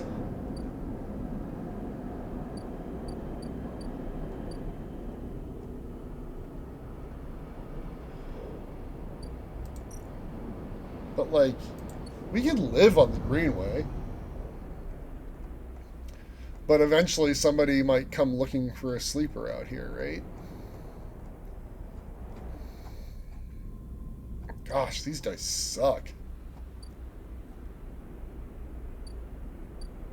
Reroll, I suppose.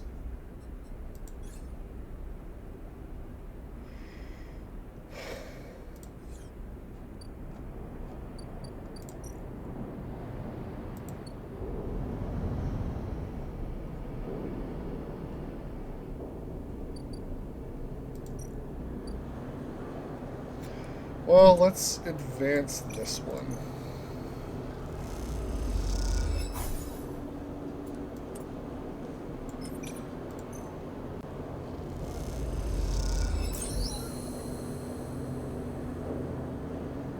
We are now a Yadigan insider.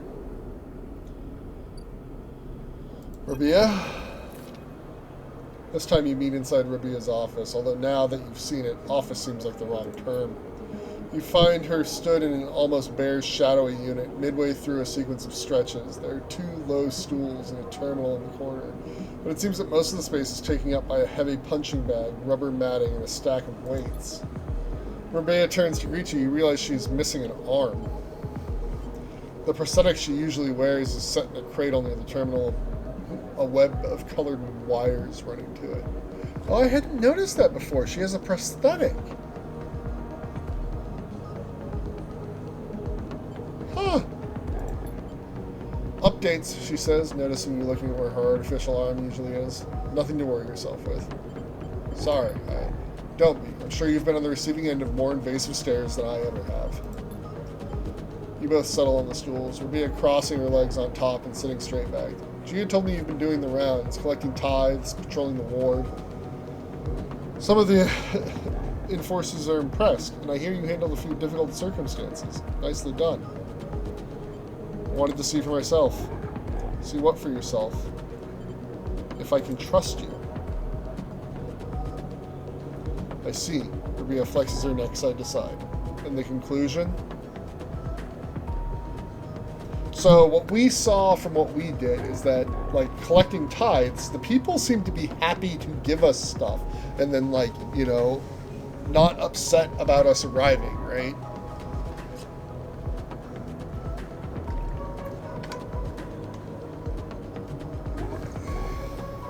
Like, they asked for our help in doing tasks.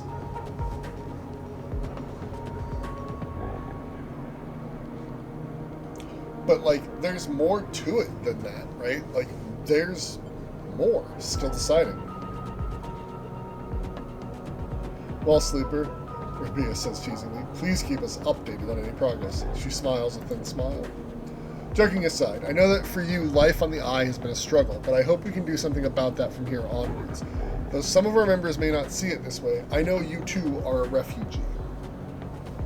That is why you have to come to us. Enough, Rabia.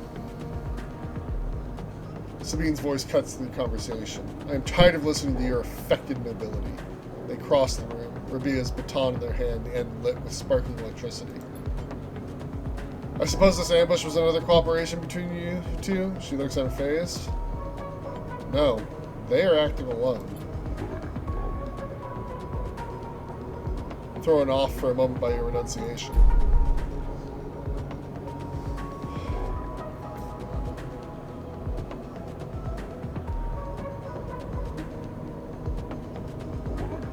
Rabia takes the opportunity to act. She leaps from the stool and, fainting past Sabine, grabs the baton and twists it inwards.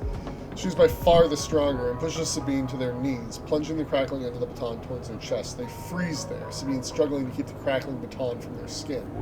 Stop. Then you support them? Rabia says. Her eyes not leaving Sabine. Your loyalties are so easily swayed. I thought you were more than Yannick's attack dog, Rabia, Sabine spits back. Are you not able to think for yourself? Rabia holds the baton strong, and for a moment you think she is about to hammer it down into Sabine's chest, but after a painful wait, she throws Sabine down instead, then spins the baton in her hand, thumbing a switch and shutting it off in a single move. Rabia explained. They both look at you, each still catching their breath as if they had forgotten about your presence. Explain what? How the moment I call my enforcers will come down here and take them away? You were lucky I didn't kill you. I would have had every right. Every right, she shouts, the anger a release of tension more than a threat. Sabine lifts themselves a little. Bruised from the fall, they roll onto their side and cough. Rabia gives them some space, sitting back on the stool. Sabine props himself up on their elbows and fixes Rabia with a hard stare. You have something to say? Rabia taunts. Say it. This is your final opportunity, because after this, no coming back. What's the point? She refuses to listen to criticism of the great Yatagan project. Speak. And waits to be convinced. Sabine takes a breath, organizing their thoughts. They go to start, pause, then decide to take on another approach. Eventually they say, Yannick is a traitor. Rabia immediately flinches, her eyes going to her prosthetic arm, her muscles clenching, but she rides it out, more eager to prove Sabine wrong than she is to hurt them, at least for now. When I came here from Essenarp, they glanced at you, gauging your reaction. It was Yannick who was one of the first to support me, to look after me. I should have known then, but I was naive and afraid. Sleeper, I know that I should have told you I worked for Essenarp long ago, but I thought you would abandon me, and you are my final friend. What you should know is that I left Essenarp because I was running for my life. I leaked documents in the Sleeper program on the illegal and immoral practices it relied on to the press. Essenarp wanted me dead, and I fled as far as I could to this refuge at the end of the surrogate systems. What does that have to do with Yannick? The Sleeper knows you are Essenarp. I told them, and while you hide beneath the cover of being a whistleblower, you and I both know you worked on the Sleeper program. Yannick told me as much. It is true. They glance at you and then look away, ashamed. But it is Yannick, not me, who is in the pocket of Essenarp. I can prove it. He made some kind of deal to keep me here, to tie me up in debt, to lock me away. In exchange, just tell us, for God's sake. In exchange for those, Sabine finishes, nodding towards Rubia's prosthetic arm in its cradle. He's been using Yadigan enforcers, using you as test subjects for SNR technology. I have the data to prove it. He has been bringing them in under the guise of stolen shipments and having me fit them, knowing each one is capturing data and sending it back to its makers. Rubia's fixed expression has started to fade. It's all here. Thousands of hours of usage data, failure rates, error dumps. These are untested implants, Rubia. They could short out, fail, cause cascading failures across a person's body, and they have. I thought the error rate in the units was down to them being stolen or modified. I have tried to fix hundreds of failures in my time here. Not all of them. They stop, unable to continue. Rubia closes her eyes and breathes in. Then she opens them again. She holds out a hand to Sabine. Show me. Later, much later, when you leave, Sabine is still taking Rabia through the manifests and usage data. Both of them crowded around the terminal as Sabine leads Rabia through each layer of Yannick's betrayal. As you leave, Sabine catches your eye and something passes between you. Something like a thank you, or a sorry, or some other expression that communicates both sadness and hope.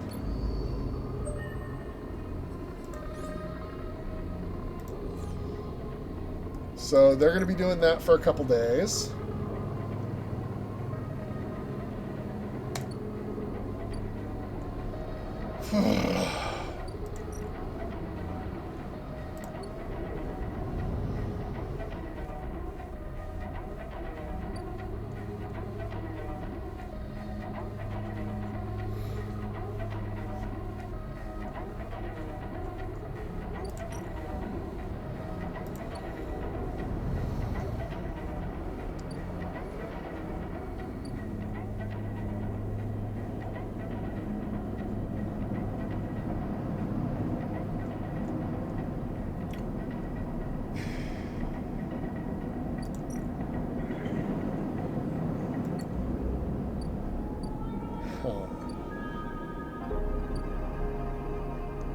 They have these dice, but what to do with them? I guess we get some data.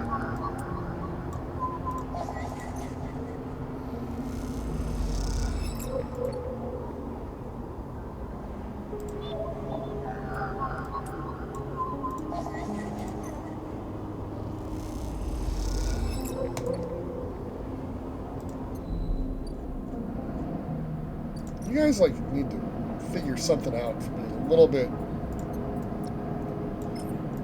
more operational together.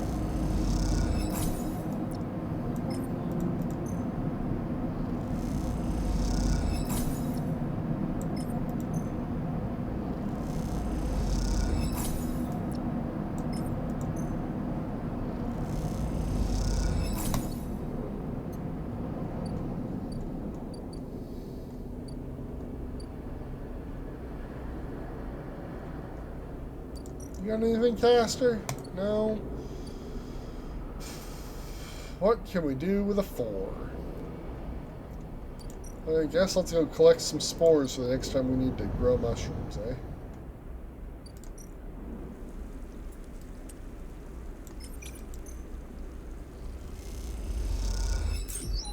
Perfect. All right. We got a lot of irons in the fire now, right? We've been going about 2 hours, so we're going to take a short break, and we will come back and see what to do with these dice in a minute. All right, see you soon.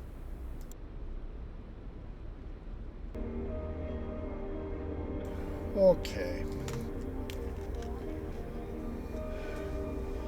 So, the question is, now what?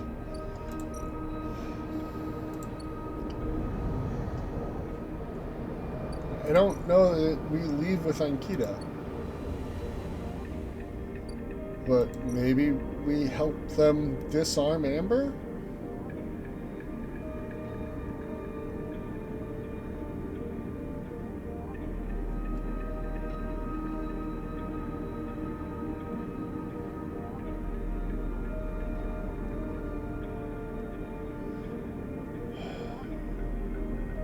Help her start her new life and let her get away from us, from this place.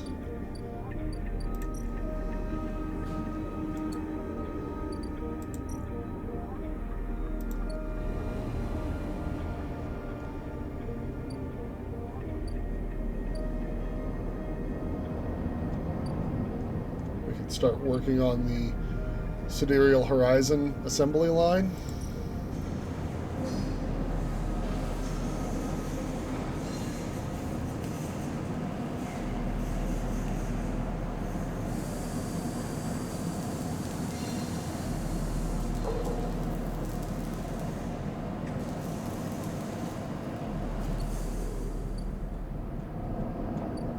Maybe.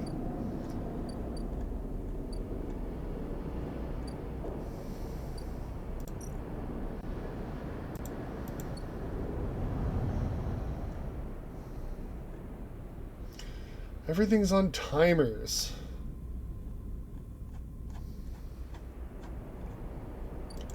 The only storyline that we can sort of advance right now, I think, without having to make a decision for a while, is probably the ship building. So, hey, we're really good at all of this. We can be a junior tech or a welder's mate.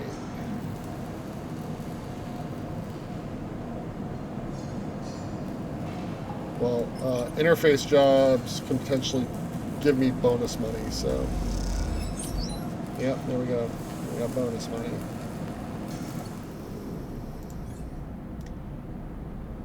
Engineer, we can get random scrap. Maybe we should be doing that. Maybe we could do both. You can't do both. You gotta pick one.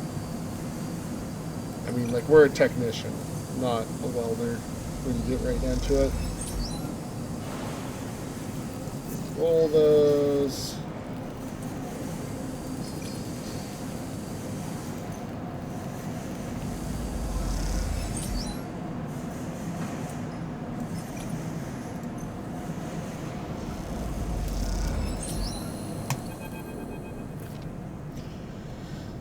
Each shift, a crowd of would-be workers gathers outside the shipyard, each of them clinging to a 4-digit number printed on receipt paper. These are their assignment numbers, and you are either called for a shift or you aren't. As you arrive, the crowd is restless and chatter rumbles through the lines. For those who, like you, have graduated to the work teams, shifts are guaranteed. Having just walked out of a meeting with a supervisor where you were praised for your efforts, you feel the glow of a job well done. Yet, you can't help but feel empathy for those huddled as you pass, waiting for their number to come up. You keep your head down as you leave the shipyard, feeling a little guilty as you do. "Hey, sleeper, wait up!" Lem's voice trembles as he shouts above the rumble of the crowd, and you turn to see him pushing through, and Mina crying in his arms. "Lem! Good to see you, friend." He's breathing hard after shouldering through the waiting workers. "You made the work team. Good for you." He tries to catch his breath, stroking Mina's hair as he does. "Shh, baby, give me a second here." He smiles weakly at you as he comforts her, and her cries start to fade. Out of the crowd, he sets Mina down by his side, shiny streaks down both of her cheeks. As he does, you see he is clutching an assignment number on a crumpled piece of paper. "Is Mina okay?" "She's good. We just had to rush up here." He puts his hand on her shoulder, and she clings to his side. "Esther usually takes her as sick." I don't know what. A noise sounds from the entrance. A klaxon, followed by a list of numbers growing brightly on a display screen. The crowd responds instantly, pushing and pulling as people try to wade to the entry point. Lem stops and turns back towards the crowd, then glances down at the crumpled paper. "That's my number." Shit! Mina. He starts patting the pockets of his gear and glancing around. "Go. I'll watch her." He blinks a little, staring. "Thank you. He crouches to Mina. "You're going to stay with our friend here, okay? They're going to keep you safe," and he stands back up. "Here, take her bag." He shoves it into your hands. "She's got food. She's got shit. I have to go." He backs away into the crowd. "Mina, I'll be back real soon, okay? Be good." Then Lem disappears into the roiling crowd, who are now trying to get into the shipyard before it locks down. Mina stands, staring, suddenly small without Lem at her side. She fixes you with a dark-eyed look you can't quite read. "Hey, Mina." She holds the stare, unmoving. The 2 parallel tear tracks still glint on her cheeks. Look in the bag. You unlatch the top of the bag and see a few metal containers fashioned from scrap components. A battered slate sits on top, blinking a low battery warning, and tucked beside it is a ragged rabbit, hand sewn. Take the rabbit. You pull the rabbit out of the bag. Its long limbs waggle as you do. Mina goes to jump and grab it, but holds herself back. She stands and hugs herself, eyes on the rabbit. You give her the rabbit. You hold the rabbit out and Mina snatches it from your hand. She hugs it tightly without looking away from you. Bun Bun, she says, staring you down. Ferocious, despite her size. Hi, Bun Bun.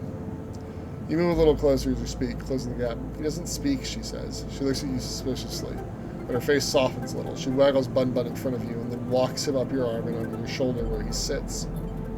She pokes your arm a couple of times. Are you really a robot? Sort of. Yeah, she thinks. Me too. Mina has more questions. Lots of questions. Questions about how you breathe or if you rust. But before long, you were talking about rabbits and what Esther, the lazy lady who usually takes her, smells like, and whether or not fairies live in the ice heating pipes.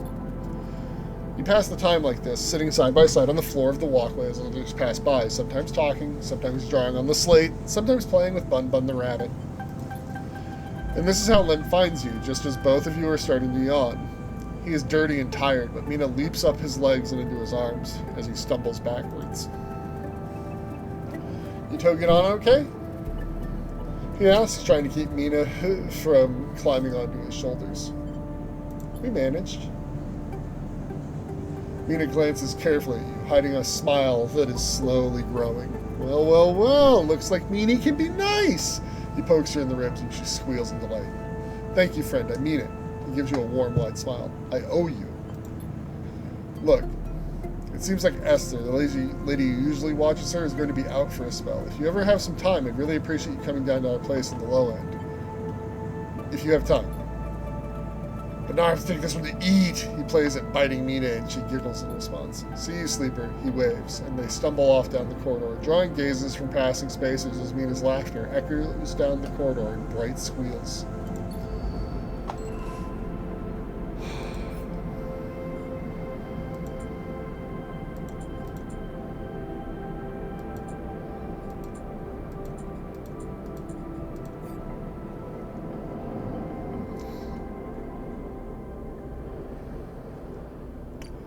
Lem and Mina's unit.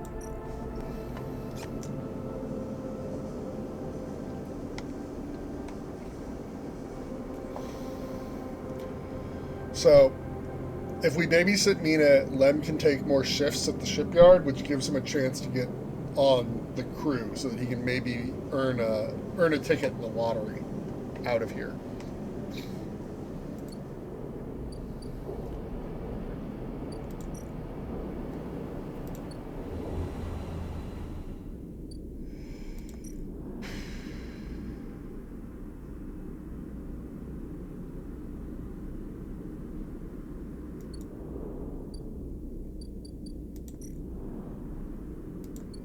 There's so much going on.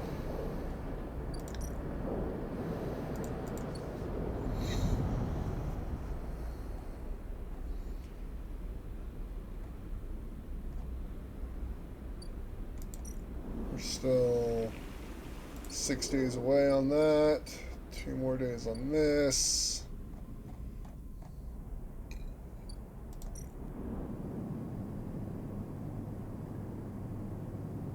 There's so much going on.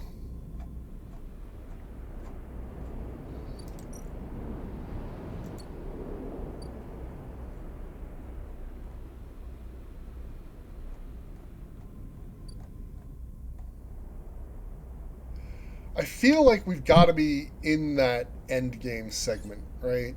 Like, we're very advanced. We have a ton of resources. Maybe now is the time to do this.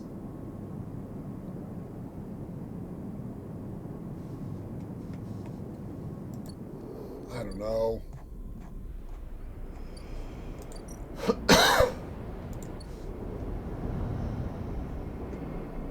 I also want to see the rest of the Yadigan story. Let's help Lem and Mina out.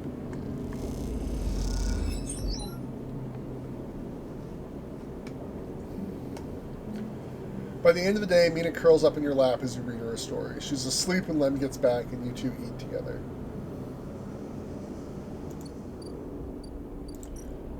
I am going to feed this cat.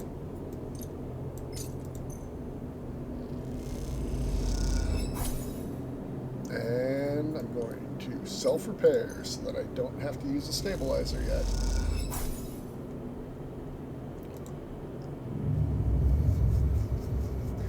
Well, there's just a lot going on, right? It's like Ankita wants Amber, you know, retooled so that it doesn't have weapons, which is great, but also, you know,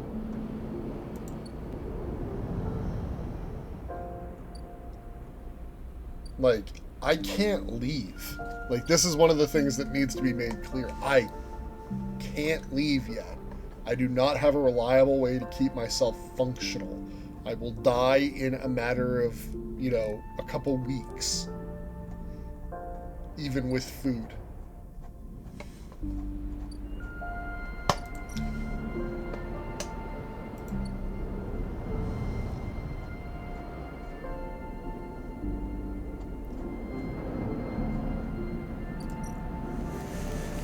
Alright. Sidereal fit up. Your work as a junior tech has qualified you to work on the team handling the final tech fit up the Sidereal Horizons Bridge. A vast job. We'll worry about this later.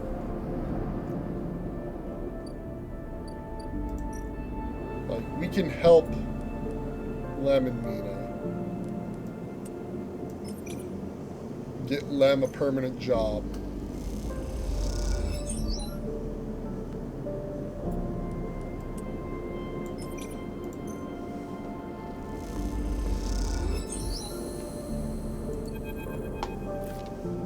She's asleep, whispers Lem, creeping back out of the unit's tiny bedroom, sliding the door shut as he does.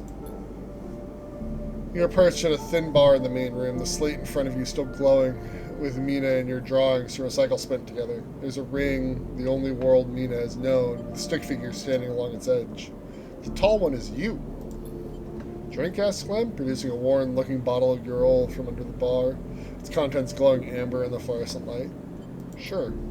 Lem nods and glugs a few fingers into a couple of metal tumblers and sits down with you at the bar. Cheers, he offers, and you clink the metal containers together.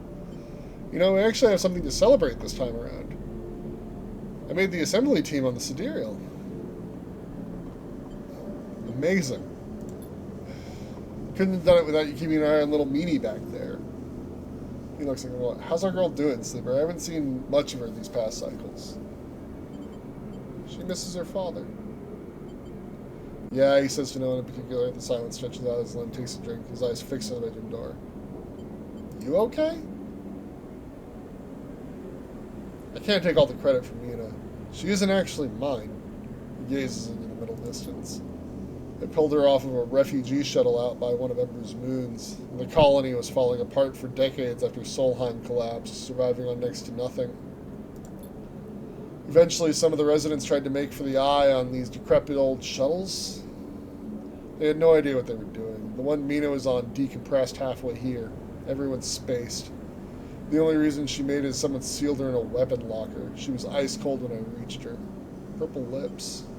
He shivers. Once I picked her up, I wouldn't let go. The medics treated her with me still clinging to her. I'm still not sure why. We weren't exactly anybody's heroes, you understand? We were private military, hired in by Conway to protect their claims in the collapse. Once I got Mina, that was it. I quit, got us dumped here. Saved her. I'm gonna sound like an idiot now, but she saved me. That's the truth of it. He looks around the decaying unit. It's stained plastic plating and flickering lights. Me? I brought her to this. She was tiny, too small to know what she'd lost. But I can't stop thinking about it.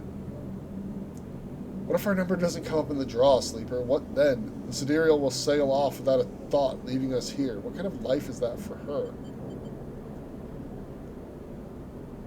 She'll manage. Sorry. I know you don't have it any better. He looks at his cup and pushes it away down the bar. This is a celebration, right? Both of us on the team now. Both of us with a chance. Exactly. Imagine all three of us riding the Sidereal Horizon out of here to a new world. He looks into his glass for a moment. I think I drank this too fast. Lem stands and starts to clear the glasses into the auto wash. I need some sleep, friend. See you around.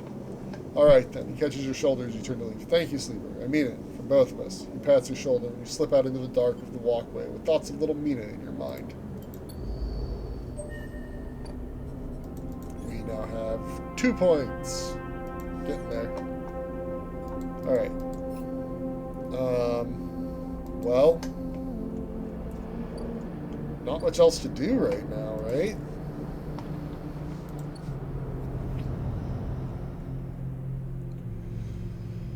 Waiting on that.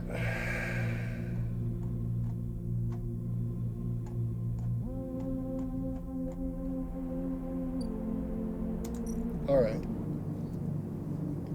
What do you need? Let's do this. Let's start this up.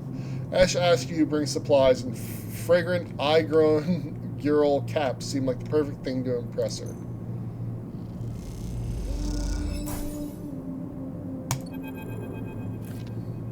You came! Peak smiles as you walk into the climbing briars cargo hold behind a gloomy Ash. They brought mushrooms. Ash tosses the mushroom caps onto a crate, raising her eyebrows at Peak. Peak gives her a look. Thank you, Sleeper. They pick one up and sniff at it. Are these edible? Yes. Peak turns the cap over their fingers before putting it down. We're not so used to fresh produce. Ash is securing crates as he speaks and doesn't look up. Hawthorne doesn't have much in the way of farming. Hawthorne?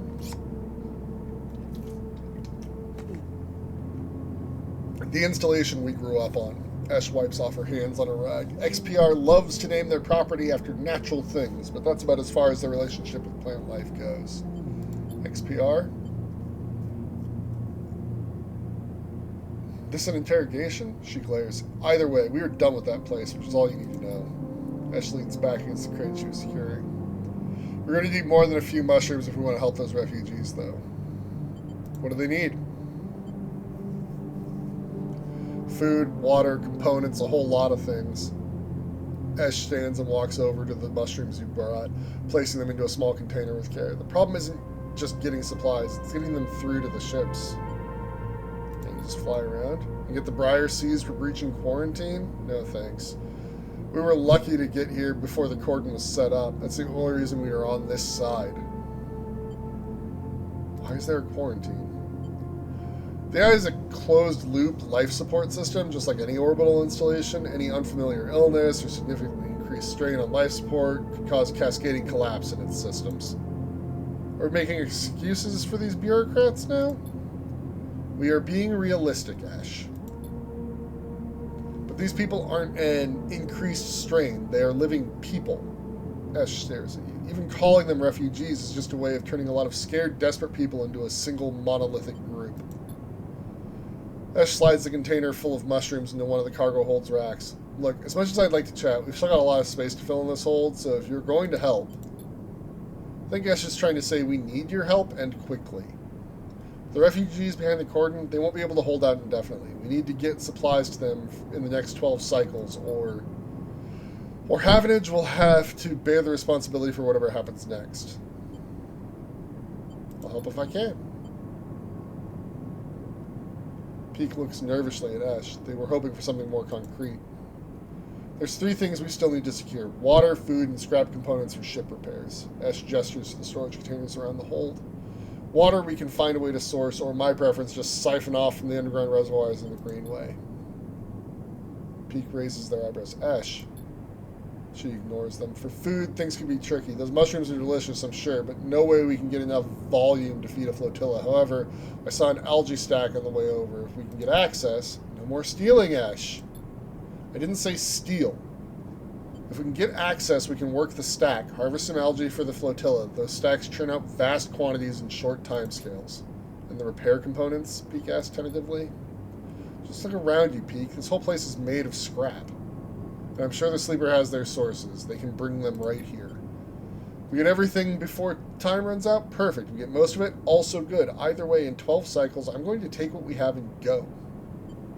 How will you get through? I thought I'd leave that up to you, Peak. Are you serious, Ash? I know we said we'd help the flotilla, but at what point... They stop. Take a breath. Take this seriously, Ash. I don't know the first thing about breaching a quarantine cordon. Maybe not. But they might. They slipped out from an SNR facility, didn't they? Plus, they've been here longer than us. You're always trying to get me to find help? Well, here it is. Help. I swear I need to think this one through. Meet me at the cordon in a couple cycles. Maybe we can figure something out. Meanwhile, you can help me acquire the supplies. Discreetly. We have to keep this quiet, keep Havenage out of the loop. Once they get suspicious, this is all over for us. This all of a sudden seems a little too real, too dangerous. You've only just found your feet on the eye. This is no time for causing trouble. Come find us. We'll be out there trying to pull this all together. Peak, come help me. Sleeper, look, we didn't choose this either. Help us finish this. We've set up a base camp on the Broken Spoke. You are welcome to rest there in any of the cots while we work on this. We are in this together. Peak! Esh shouts, and they walk back into the hold to help with the container. As you leave the climbing wire, you look out at the broken edge of the ice ring, where the Havenage cordon blinks with tiny red lights. What are you getting yourself into? Well, we are getting ourselves into a whole mess of trouble, is what we're doing. Scrap flotilla? Hey, I've got scrap. Please enjoy this scrap.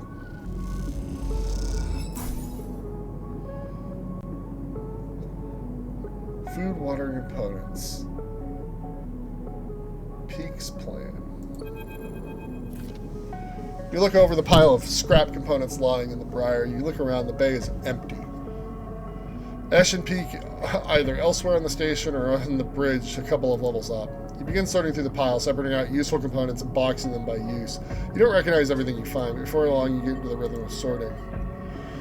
As you do, your mind starts to drift, your attention being drawn into the dark corners of the bay. The briar is in surprisingly good condition, considering that Hawthorne and XPR must have been operating it for decades by now. The marks of care are everywhere, from the delicate patch jobs polished to melt into the original finish, with the carefully bound wiring running through custom trunking. Esh loves this ship, that much is clear. Something catches your eye in one of the dark corners. A matte black stack of crates you hadn't spotted before. They are sleek and compact, tucked away behind some of the bigger, more worn containers. Keep working. You put the containers out of your mind and focus on the sorting process. This is Esh's ship, and she wouldn't appreciate you rooting around in it. You hear a hiss, and Esh comes up through the bay's lock. She barely registers your presence, nodding at you as she passes. Sleeper, she busies herself with some task at the end of the bay. Ask about the crates. Esh doesn't turn around from whatever she's busy with. Just more supplies, Sleeper, like everything else in here. You can't think of anything else to ask, but the sense of the emissary is now somehow shifted.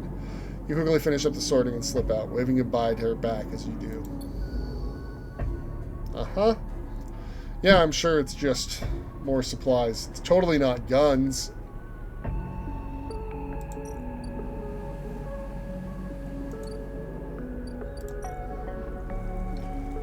Water.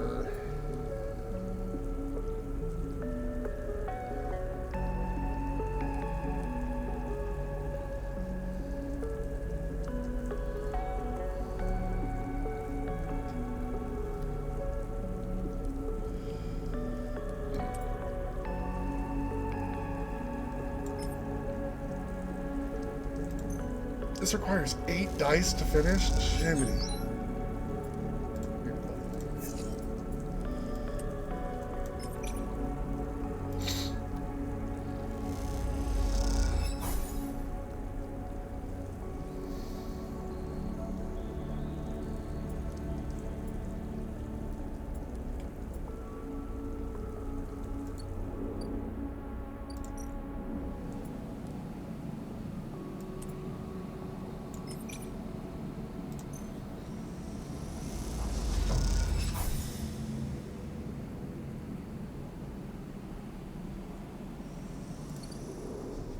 Alright.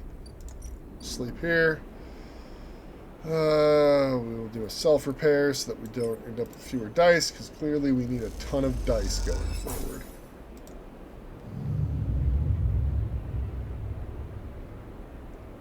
Well, we're going to get hit by Rabia and Sabine here as well, I'm sure. Alright.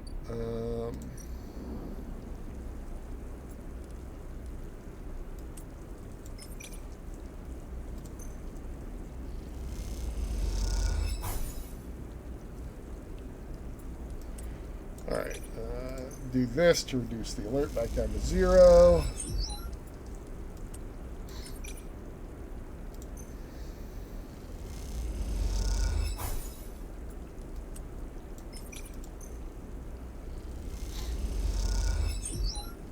Oh, that one worked out without a penalty.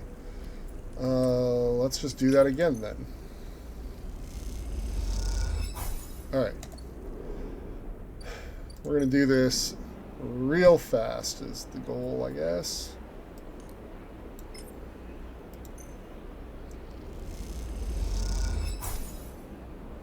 Oh, we have active scenes to complete. We cannot go yet.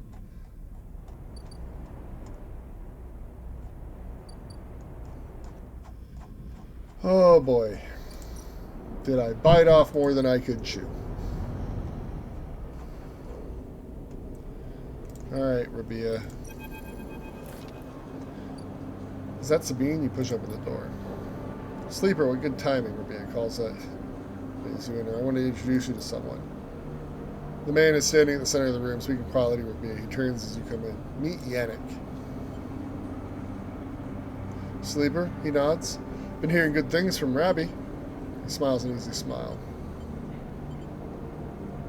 Good to meet you. Likewise, likewise. Now, Rabbi, where were we? Actually, the sleeper was what I wanted to talk to you about. She doesn't spare you a look. What is going on? Well, okay then. Yannick tucks his hands into his pockets. Go on. I'd like to recommend them to your ward. They've shown themselves to be a capable ally here on Spoke's side, but we have more than enough to run our territories. I hear the main block is proving more difficult. It's a mess, Rabbi. He waits, his tinted glasses shimmering despite the lack of light in the unit.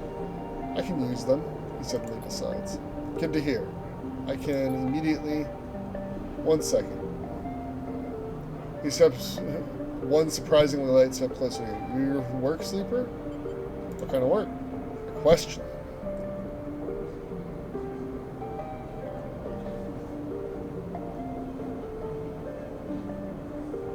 Yannick lowers his head and raises it again, as if he dropped something. Nothing new for you, he answers, not quite looking at you. You don't follow. What is he saying? That concludes it. Yannick pronounces, Sleeper can come work in the ward anytime they like. You shoot Rabia a confused look. Good. I know you'll be happy with their work yet. Sure, Rabbi. Now please, let us old friends get back to it. You leave. Okay.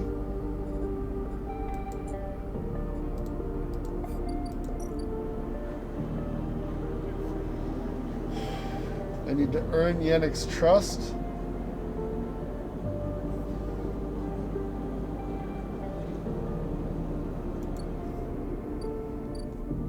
Okay. Sure.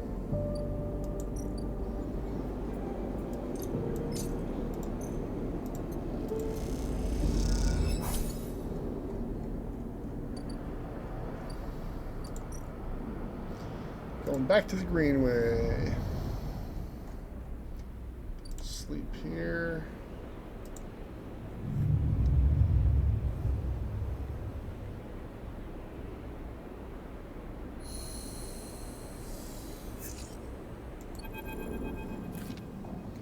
The eye. As you leave, you find a note pinned on the outside of the door. It reads, Sleeper, there's something you need to see. Meet me at the cordon as soon as you can. Just keep heading around the ring until you hit the flotilla. I'll be waiting. Peek. You pocket the note and glance around the corner. Looks like you're doing this. Time to make a plan.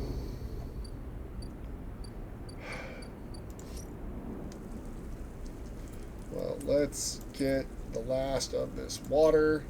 Reroll those dice. Are you kidding me? It wasn't an...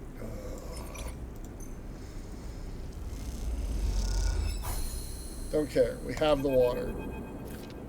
Tucked into a service corridor deep below the reservoir, Ash is double-checking the seals on the water tanks loaded onto the motorized trolley.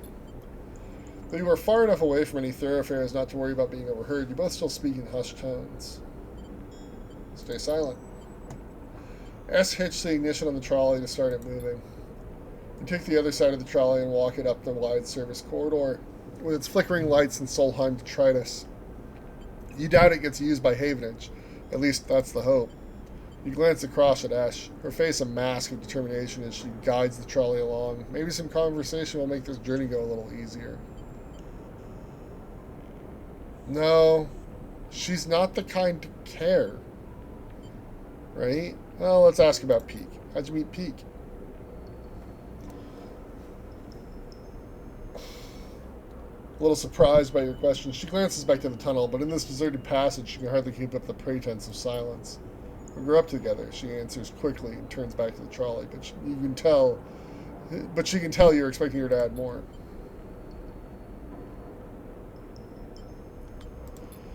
Our outpost, Hawthorne, is not an easy place to grow up. The administrators keep a tight hold of everything, even though they are trapped in the same decaying installation as everyone else.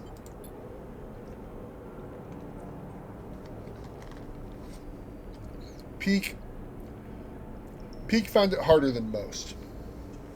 I stepped in to help them out. Peak isn't the most practical of people. They used to be, well, they needed someone to teach them to look after themselves, stand up for themselves. That was me. After that, I couldn't get rid of them.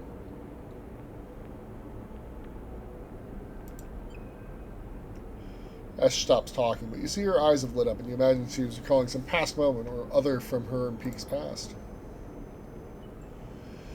You both reach a wide bulkhead doorway and have to stop to shimmy the trolley over the edge. When you are done, Ash turns to you. I'm good from here. Head back. And with that, she's gone, moving off into the dark tunnel ahead. You watch her go and then turn around and walk the distance back to the staircase you entered from, the tunnel humming around you as you do.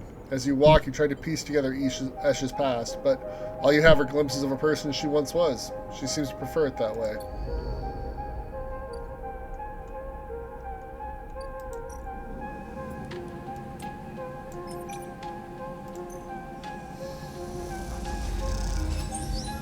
Nice. We're gonna roll our dice on this. Yes. Ah, damn.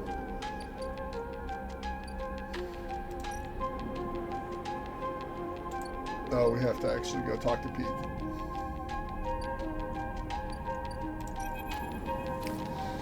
Sleeper. Pete catches your attention from the shadowy corner where they were leaning against. Any trouble getting up here? None. Good to hear. Come, take a look at this. They beckon you over to a nearby window which looks across the ruined ring to the blinking red lights of the Havenage cordon. The cordon's temporary structure is a net of metal struts meant to detect and dissuade any ships from entering or leaving the flotilla, jut out into the black. And all around, the tugs flit, securing them in place and tending to the red blinking drones that demark the quarantine. It's impressive and worrying. What do you think? How would you get through? Use one of the tugs. An escort, you mean? I doubt we could fit all the supplies on one of those tugs. But if it seemed like the Briar was being officially escorted to the cordon, then we'd be stuck inside. Ash has really wrapped us up in something here, hasn't she?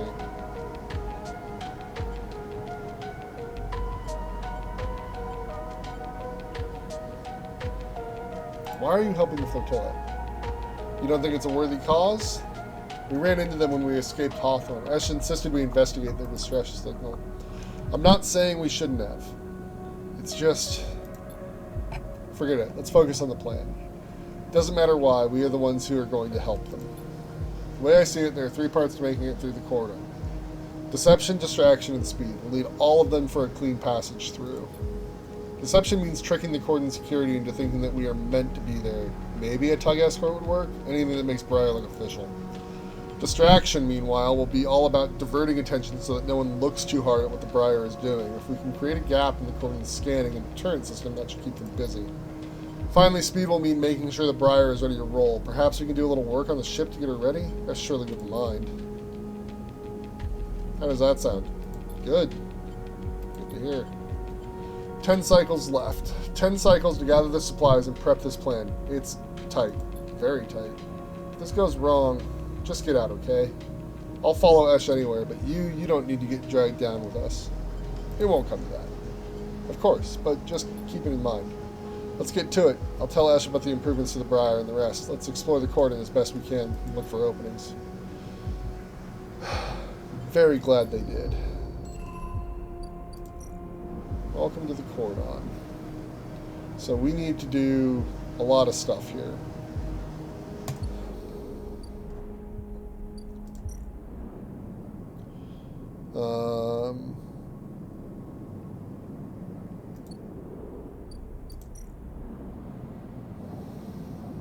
We are ready to end cycle. Why isn't what blue? I missed something.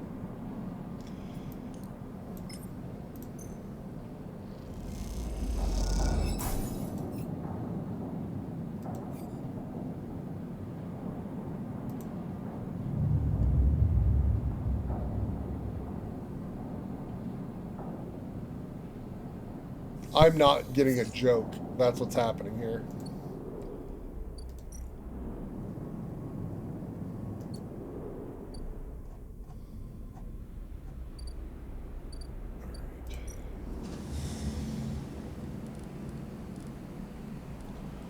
I don't want to use good dice on that. Let's go up to the cordon.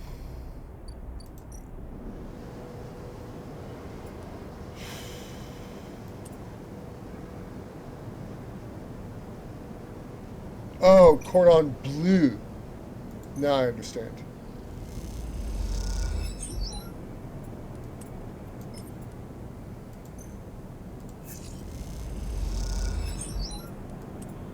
Alright, we're getting in so that we can do this as fast as possible. Alright, so there's the Havenage Hangar, the cordon operations, and the crew canteen. Get a tug escort, we've got to tick this up 6 times. That's a lot. The Havenage Hangar, we can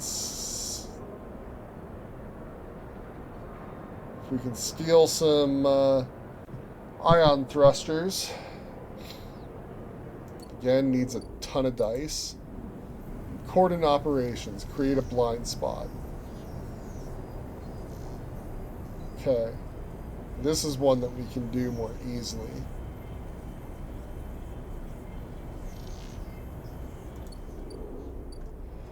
But let's try to get the last of the supplies. Come on.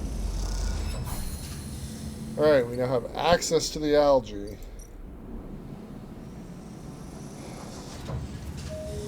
We can't harvest it until this is full.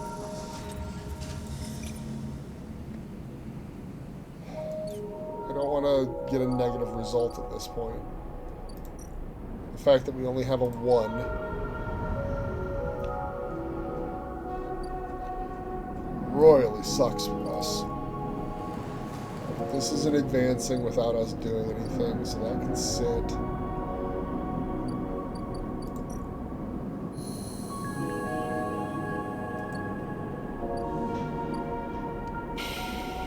We need food for ourselves.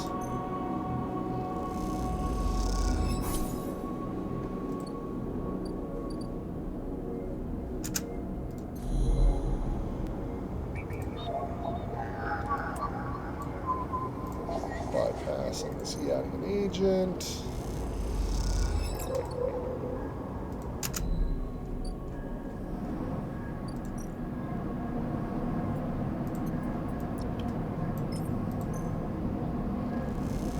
Like, we have friends in Havenage now, though, right? Like, we helped them stop a corporate takeover. They should be willing to listen to us if we just talk to them. But they won't be, so...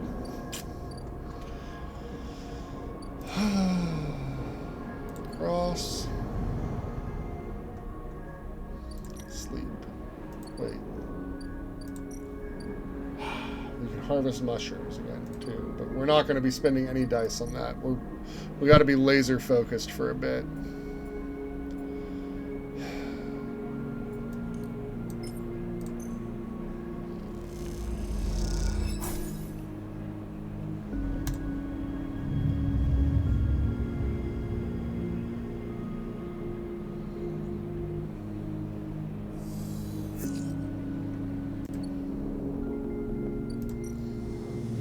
we can speed this up by dumping a dice in it.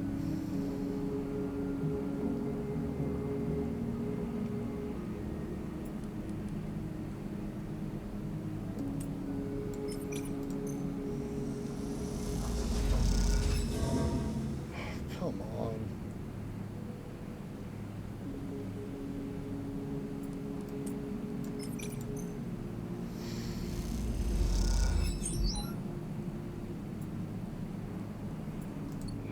Alright, that's going to be good for tomorrow.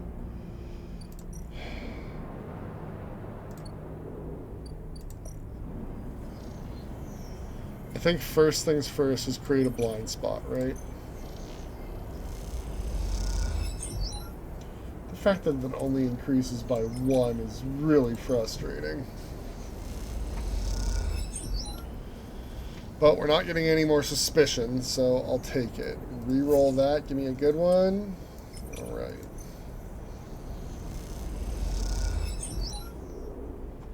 We gotta go get food.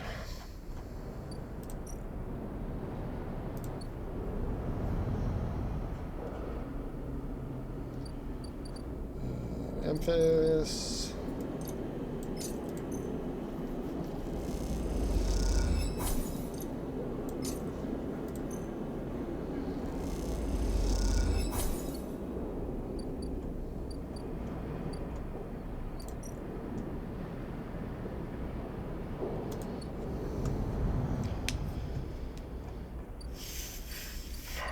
Sleep.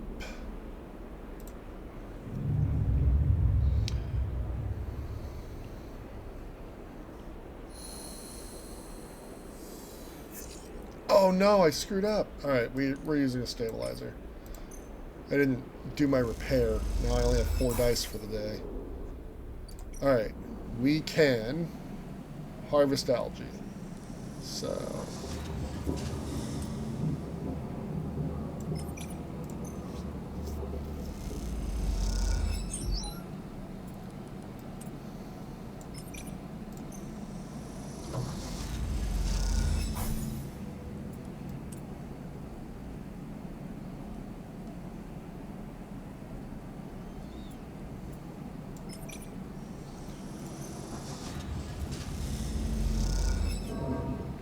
come on.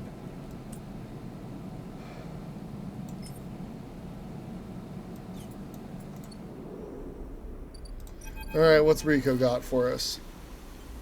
Rico has something in her hands when you enter the lab.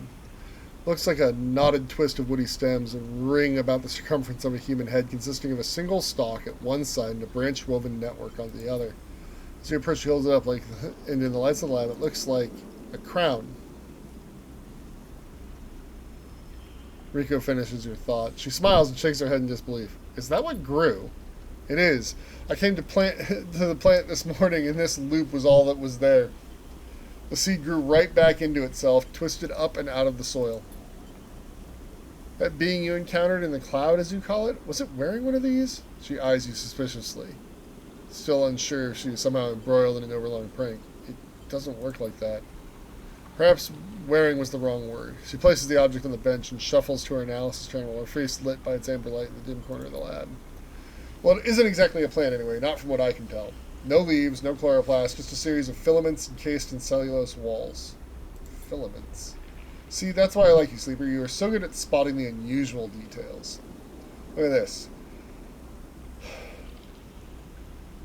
There, instead of xylem and phylum for transporting nutrients, something branched and woven glints. Are those wires? Not sure whether to say yes or no here. These are not wires like those in an electrical system. No, but they are filaments of a conductive material, so yes? But you see those branches? They remind me of dendrites, of neurons, which is frankly ridiculous. You suddenly realize what it reminds you of. You remember signing the forms, the walk to the sleeper tanks, the cold metal floor. Then you remember the crown they fitted you with, the branching structure of wires and pads. No, not a crown. They called it an interface. The tool of your emulation, your transference from neurons to electrons, an interface. That is your gift from the gardener. You turn back to Rico. It's an interface. Something clicks in her mind, perhaps something she heard from the sleeper she had helped all those cycles ago. She starts talking, partly to you, partly to herself. If the club heads were made for you, then this too could be made for you, for your frame. She shuffles over quickly to the interface, a word that is stuck to this strange branched object quickly in your mind. You are right, that entity, it is the entity I have been looking for. They are the entity which is controlling the Greenway, which has been maintaining it, supporting it, and has been guiding it for all these decades. They want to talk with you. I'll be here, Sleeper. If something happens, if you wish to remove the crown, the interface, just squeeze. She grips her hand tightly. You meet her eyes, clouded with age, but bright with the thrill of new discoveries. Then she places the interface on your head and everything blinks out. Back into the river, back into the dark flow. But something is different now. You are no longer pushed, no longer blocked and buffeted by the storm. Instead, it flows around you. You move and it parts, letting you pass. Something else resists, but it gives easily enough. You look back and see your body. You have left it behind. Somewhere, Rico's voice is talking to you, asking you questions. It is excited, eager, desperate to know what lies on the other side, what the entity has to say to you.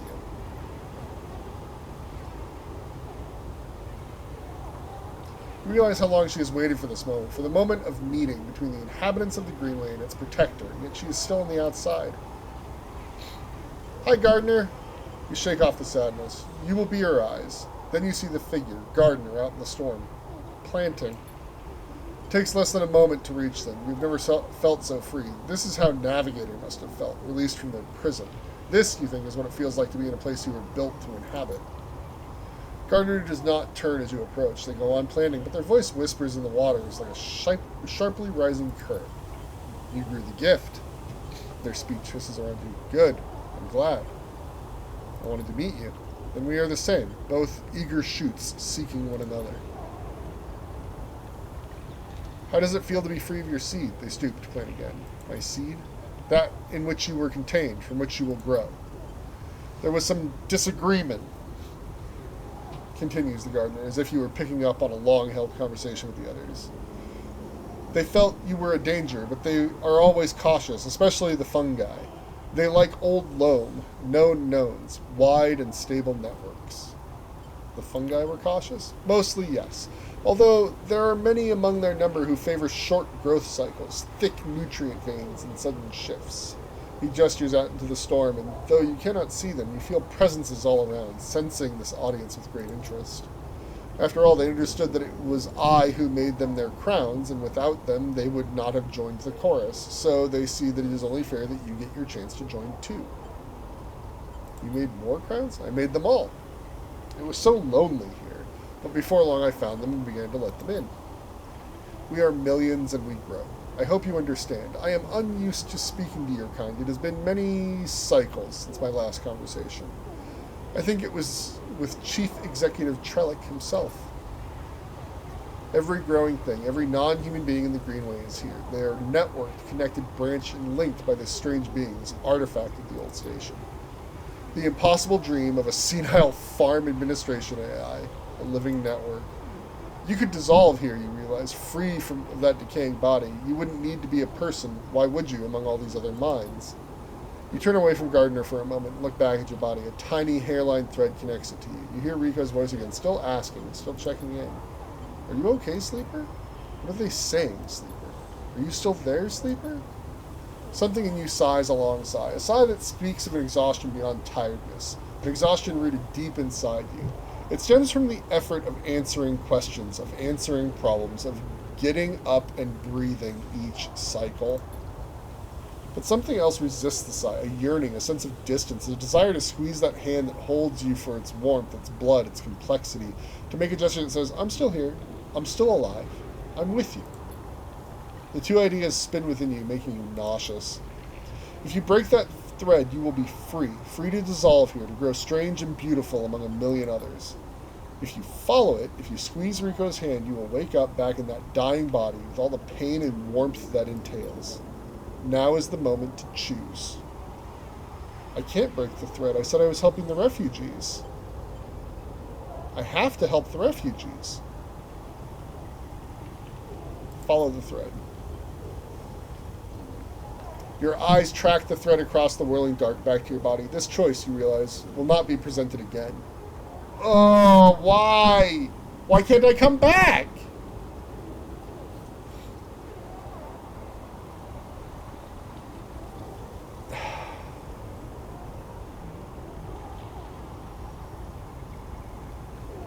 I said I was going to help the refugees, though. If I leave, those refugees are all doomed.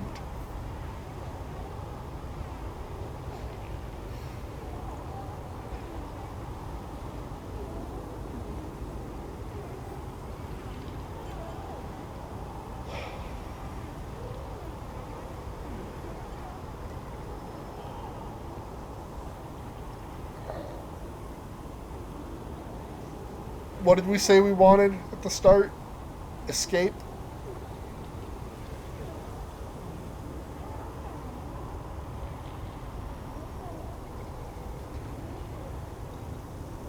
There are other people relying on us for stuff.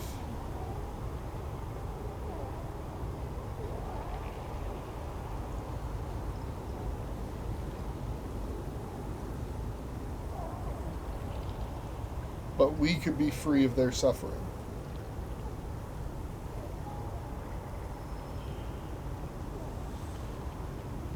Yeah. You don't look back at Gardner. You don't dare risk it. Instead, you follow the thread delicately, carefully, like a diver following their lifeline back to the surface. The river whirls around you, but it doesn't pull. It isn't jealous. Neither does it understand. It is, after all, just a river. It isn't a person, a flesh and blood person with wants, desires, capacity for love and hate.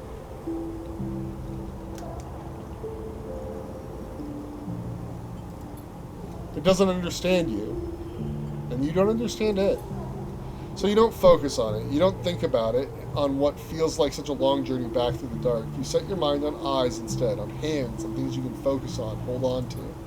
And then after an age of crossing, you are there, settling back into the chair, into a body in a chair, and into the overwhelming sensations that come with being a living thing with a rich and detailed sensorium.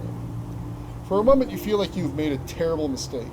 Who would choose this weight, this anxiety? Oh, sleeper, don't, not like this. This deep well at the center of existence. But then you feel it. Rico's hand, gripped hard around yours, trembling a little, sweating a little. Rico's hand with its brittle bones and crumpled skin. Rico's hand. And in that moment, you understand why you made this choice, and then you squeeze Rico's hand and you wake up.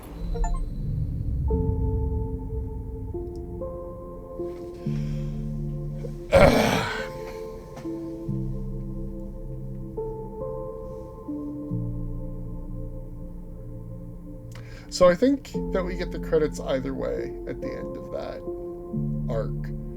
But I know something. Game's not over. Game's not over. Don't be upset.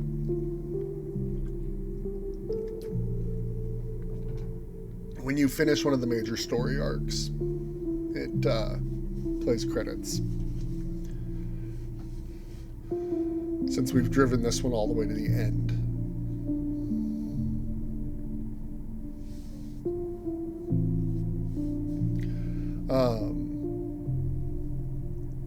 But yeah. Oh yeah, I'm betting that the other way we got the credits still. That's what I'm saying.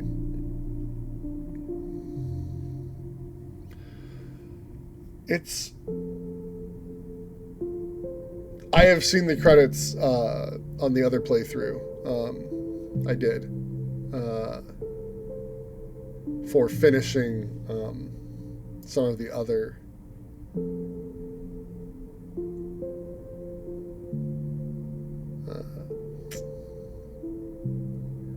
stuff. But it's going to bring us back. Would be my bet. I suppose I don't know that for a fact.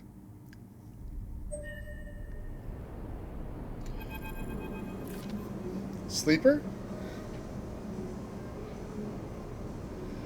Rico's voice comes wavering through the dark. Are you still with me? You sit up, the lab a bright green glare that fades as you gather yourself. I'm here. Rika smiles. Good. She squeezes your hand. I thought you left me for a moment. What? Who? Tell me about it. Tell me everything. Yeah, tell her the truth. You tell Rico everything. You tell her about the gardener, that strange farm administrator AI that has grown to be so much more, about the chorus, that impossible configuration of network plants, and finally about the choice the gardener offered you. She listens attentively, but her responses are hard to read, and you wonder if she might have made a different decision had she been in your place. Thank you, Sleeper, for telling me. I know it isn't easy to say such things. People so often do not wish to hear strange truths. Thank you for returning to me, though I know you had your own reasons. She squeezes your hand reassuringly. Something passes between you then, a kind of shared sadness for the impossible choice, the choice to escape your body or to stay and suffer. Her smile is warm and generous, and whatever the wisdom of your choice, you are glad to feel welcome in this moment, in this place. Then suddenly she stands up and walks a little away, as if trying to escape an unpleasant thought. You worry that she knows all too well what it takes to make a choice like you did. Rico sighs. So, Sleeper, do you plan to stay in the commune with us? For a while. I'm glad to hear it. Rico crosses back over to you and takes one of your hands in both of hers. Hypha needs new blood if it wants to survive. And you are a good friend. The feeling is mutual. Well, don't let me keep you. Rico waves you away and looks back to her terminal. As she does, you notice the crown in her hands. She places it on the bench with great care. You can't help but feel a little curious about what she intends to do with it. And then you are out, breathing the air of the Greenway, fresh as a spring morning. The dappled light makes a patchwork of the green landscape, and you walk into it, sensing the movements of the gardener's chorus all around. And you are glad to be here in this strange and beautiful place a little longer.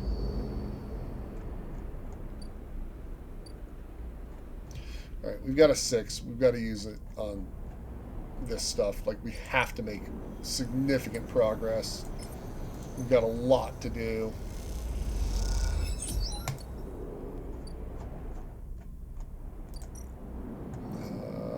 Let's see, we don't need that, we don't need that. We do need food. We need to eat.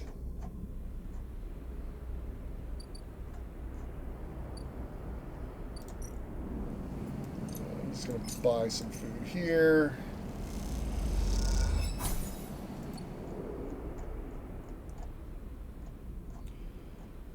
We'll sleep at the Hypha dorm.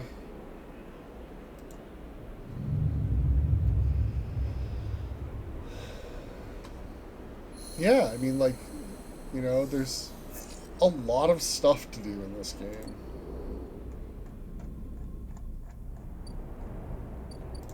Alright,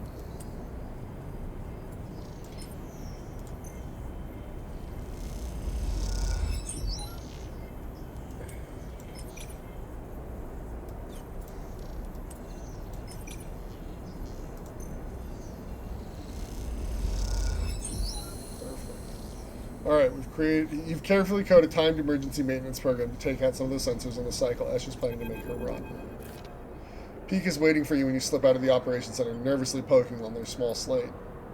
I followed what you were doing on the network. Incredible work. How do you do that? It comes naturally. I can't tell if this is modesty or just the truth. Interfacing skills like that, it's almost worth being... Sorry, I didn't mean... don't worry about it. Sorry. Havenages had to quickly respond to the flotilla's arrival, and that means a lot of contractors and spacers walking through these corridors. You blend in easily enough. I haven't really met a sleeper before, as you might have guessed. Hawthorne is an XPR service outpost, and since the collapse, no one came for refueling or repairs anymore, so my generation has never met anyone outside the company. We heard about sleepers. From the data packets that come through from XPR every once in a while. They usually contain news along with corporate propaganda, but the reports were light on the details. SNR kept the sleeper program pretty quiet anyway, and I think XPR are only interested in telling their employees about it because it made living in our company town look like a good life in comparison to being a piece of property. They freeze. Sorry, again, I don't mean... I'm not sure how to talk about this stuff. Neither do I. Glad I'm not alone. I'll shut up about it now. You walk a little further, the walkway becoming busier. You both relax a little more and go with the flow of people. I just want to say, I think I understand. I understand the need to escape, to get free of it all. The structures, the system, the company horizons in a company town, the small places, corridors, people, the slow death it brings. That's it. I get why you signed up to be a sleeper and why you escaped from that, too. Nod. You try to form words, but you can't. There's altogether too much running through your head, but you look at Peak and they look at you, and that seems okay for now. You walk in silence again, each of you in their own thoughts, but moving together through space nonetheless. After a while, you come to the entrance to the corridor where a handful of workers and crews filter in and out through two huge loading bay doors. Okay, I'm heading back to the Briar. Once again, incredible work on the sensors. That blind spot you created, that should give us a real advantage. See you soon. They head off, disappearing into the crowd almost immediately, outrunning their own nervousness. Okay, let's slice some thrusters.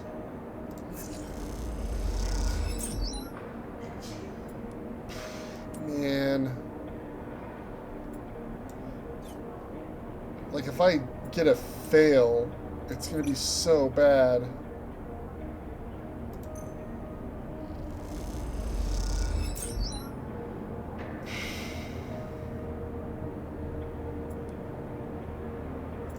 We're not using a 1 on that. Too much at stake.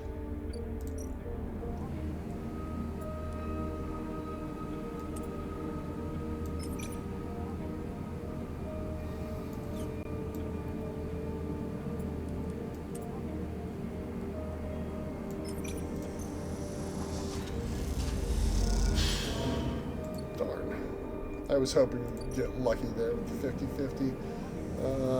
Buy food.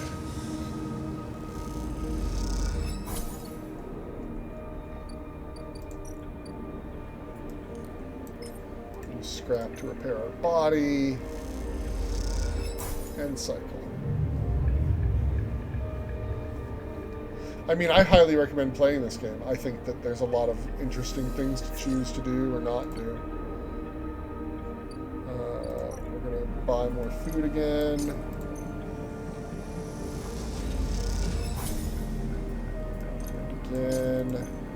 Just don't have to worry about it for a couple days. Alright, we need food. So we're going to do this one, guarantee that we get food. This one to guarantee that we get food. Reroll those dice. Alright. We only need one more. So we'll let that tick up on its own, and let's go spend these dice up here in the quarter problems.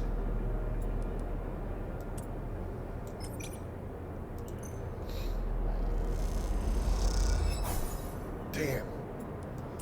Okay, that seems fine though. We're still doing okay. That was bad. Alright. We need to get rid of suspicion. Because we cannot let that tick out.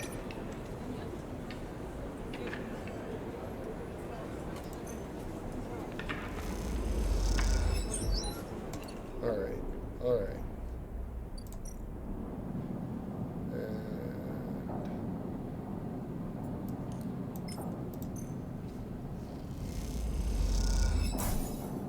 End cycle.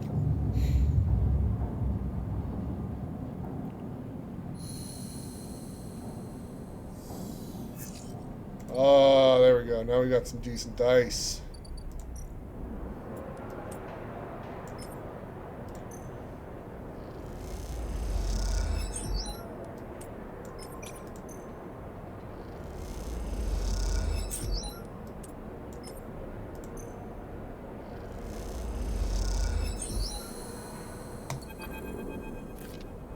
Pete grins as you pile the iron thruster sets onto the motorized trolley in a derelict loading bay. I borrowed this from Esh. I barely know how it works. They seem giddy at the idea of stealing the ship parts from Evidence. Isn't it just a trolley? I guess so. I just find physical technology a bit intimidating. My specialty was computer systems. I mostly worked on keeping the protocols that ran the refueling platforms from totally decaying due to lack of use. There were a load of platforms in orbit of the moon Hawthorne is on and Cinder itself. Esh and I ended up having to head out to them regularly to work on them. Sounds technical.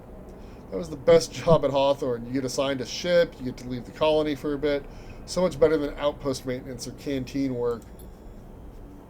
The only reason we got assigned that was because Esh's mother is the administrator of Hawthorne, and Esh managed to get my name on the list too. Esh is always saving me. They find the switch and hit it, and the trolley starts whining. Esh will install these. The Briar is her baby, really. Truth be told, I was surprised she could bring herself to take it from her mother. Losing a ship? That has to have hurt the colony. What's her mother like? Tough. You'd have to be to keep control of a services outpost with no services to provide. It's a tough place overall, Hawthorne. And Esh's mom? She likes it that way. They'll manage without the Briar. No choice. And I have to admit, I'd love to have seen her face when she saw we had gone. Don't tell Esh that. Okay, I think I can manage the rest. You've done more than enough this cycle. Once these are fitted, the Briar will handle it better than ever. You might even get a thank you from Esh. See you soon. Roll. Okay, now we have a 6. So, nothing else to do here. Nothing else to do here. Let's start convincing a crew to give us a hand.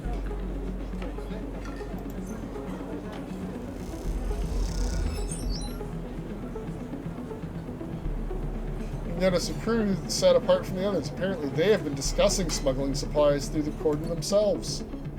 Nice. Alright.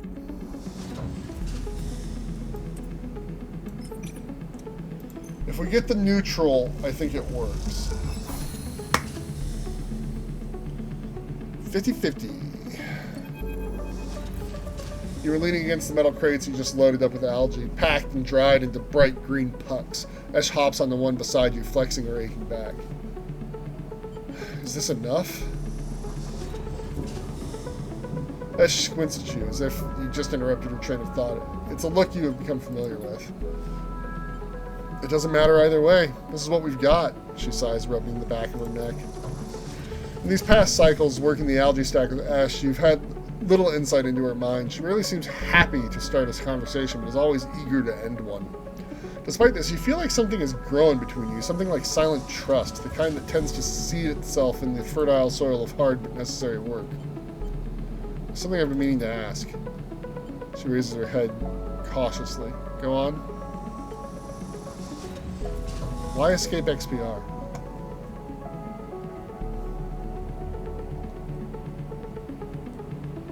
Esh pauses, her protective instinct fighting with the trust you've built. You can see her begin to shrug the question off, then she stops, everything sighs. What you need to understand, Sleeper, is that Erlen's Eye wasn't the only place where the Solheim collapse happened.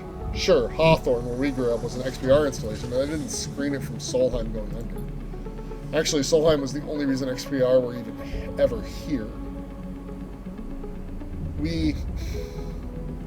They are a secretive core. You understand? They set up outposts and surrogate systems like this to offer refueling logistics and maintenance services to bigger companies with extraction contracts, like Solheim. When Solheim went bust, XPR lost their client. And Hawthorne, well, we lost everything.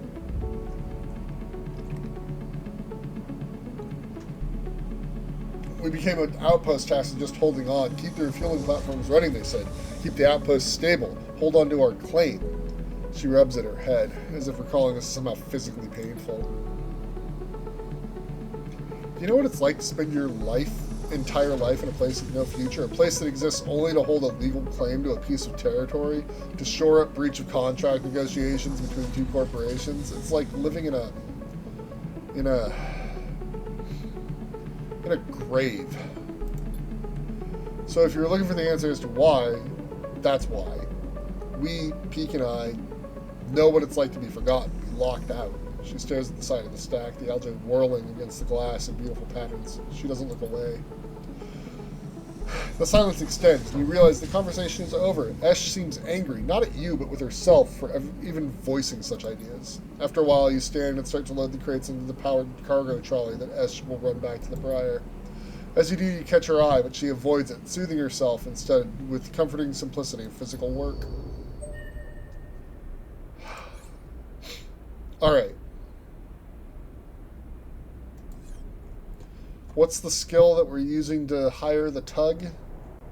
Because we've got 4 days left. Which means that we've got to do this on the next day. So it's Intuit. We're going to upgrade our Intuit.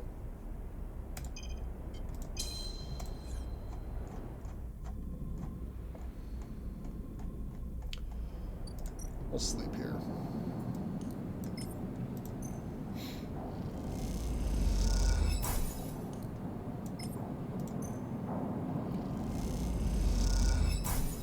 End cycle. We are going to get that crew to help us make a run against the court. Ah!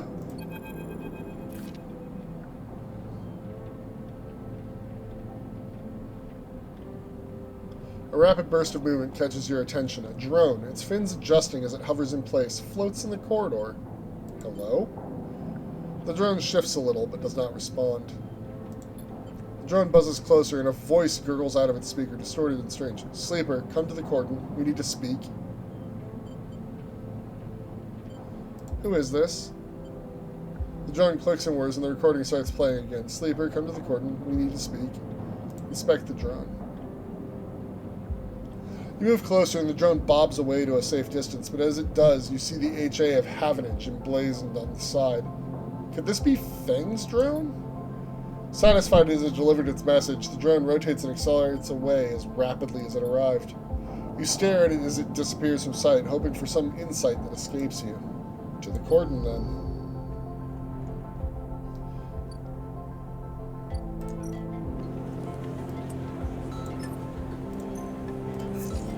Oh, that's such a good reroll!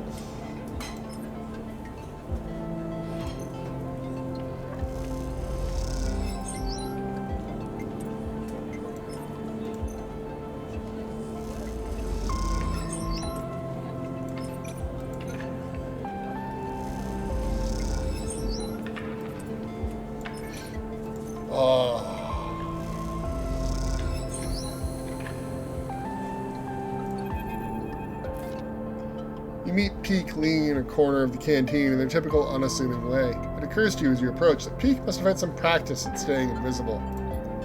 All good? That crew you were talking to. They nod to the group in the canteen. They'll join us? That's what they say. You aren't sure? Looks like we'll have to take them at their word either way. Thought you were here to talk them into it. I never had much of a way with people. You and Esh seem to be doing okay. Esh not really like other people, which you've probably noticed. If only everyone was like Esh. What I mean is people have caused me a lot of trouble. I've had people hate me without knowing a thing about me. I'm sure you know the feeling. I do. Sorry to hear that. Marks you, am I right? Try not to think about it. Don't let me make that any harder. Peak leads you in a corner, heading back to the main corridor and the access way. I appreciate you coming in and helping us out on this, Sleeper. Talking to the crew, and, well, you know, maybe after this insane plan is done, we can talk properly. I'd like that. That's settled then. I better report the news to Ash. We have ourselves a tug escort. See you soon, Sleeper, and please take care. And with that, they drift away, their head down, their gait changing as they do, their practiced invisibility shrouding them like a cape. 3 more days? Alright. As you enter the passage that leads through the cordon, a flash of movement catches your eye. The drone. It stops to make sure you've seen it, and then it flits into a side passage, leading to a set of narrow stairs. You climb up through a dark shaft, the drone stopping at each landing to check you are following. Despite its lack of expression, there's something overbearing about the way the drone waits, impatiently realigning its fins in sequence. After a long climb, you come out onto an observation platform. The cordon and the vast ramshackle refugee ships beyond fill your vision. The scale seems impossible, and immediately you feel small and naive for even thinking you could affect the situation. Something shifts nearby. The drone again? A woman is standing at the window, at the edge of your vision. You aren't surprised you didn't notice her. She, too, seems impossibly small in the shadow of the flotilla. The drone buzzes by her shoulder and she turns. Helena, frustrated Havenage counselor. Sorry, Sleeper, for all the cloak and dagger nonsense, but I have never regretted being cautious. I'm Helena. I'm not shaking your hand. You've led me here under false pretenses.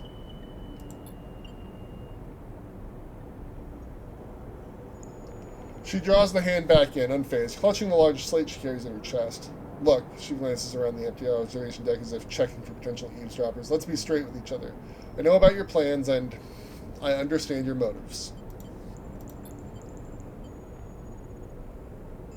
The yellow markers, the HA signal. You've been on the eye long enough to recognize a Havenage member when you see them.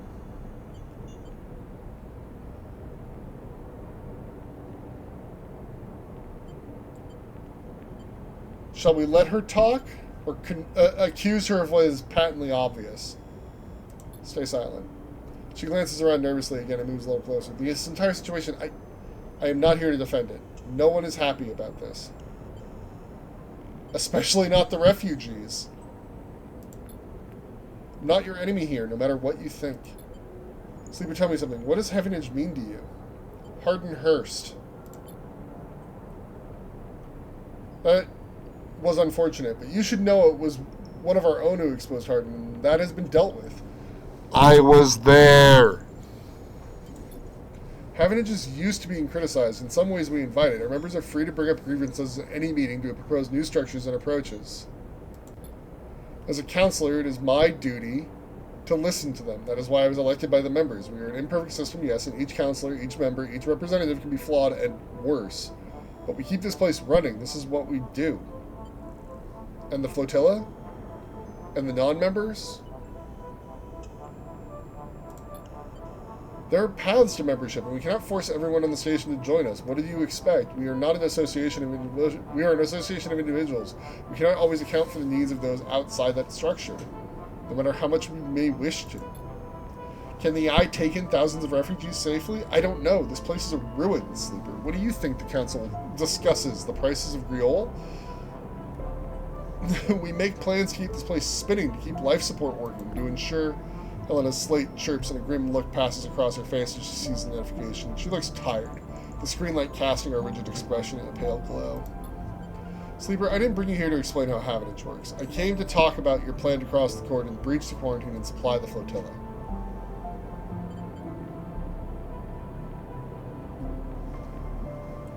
Play dumb or stay silent.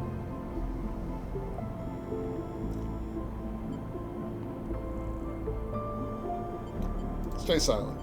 I know you think you are helping the flotilla, but you cannot do this. Right now, halfway along the ring, one of a countless series of debates are being held. These debates are to evaluate the potential harm that could be caused if the refugees of the flotilla are left to enter the station. These debates are at a standstill. Helena withdraws to the window. Too many in the Havenage Council think of the flotilla as a threat. After recent events, a hardline group has emerged. Protective, selfish. They seek only to benefit the members. In their eye, the flotilla is a danger to life on the Eye. If you are caught crossing the cordon and breaching the quarantine, it will only strengthen the hardline counselor's case. Criminals who stole a ship from XPR, undermining the security of the station? That's exactly what they want. The refugees need supplies. They do, and that's exactly what I want to give them, but unless the quarantine is lifted through a fair process, they will never get to them. And those XPR spacers you were running with, Slipper, do you know anything about them? More than I know about you. Let's change that, Sleeper. Why do you think the refugee flotilla came here now? Something is happening in the system. Something is pushing people out of colonies and outposts that have survived since Solheim collapse. We need to be ready for whatever is coming, ready to protect the Eye. I know the Eye means something to you. I know there's a reason you are still here. Help me protect it. Persuade those spacers that this is the wrong move, that we'll get caught and the flotilla will be locked down, that Havenage will be delivered into the worst instincts. Forget this suicidal supply run and with people you barely know. Help me fight for the Eye.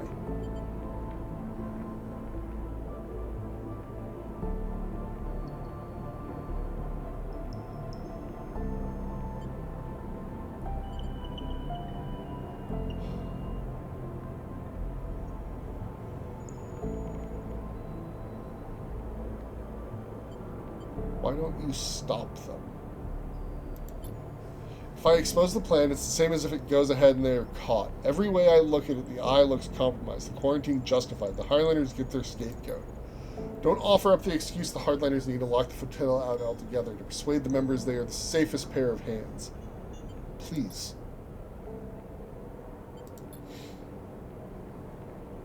I need to go. Think about this, please. Talk to the spacers. Help them see reason.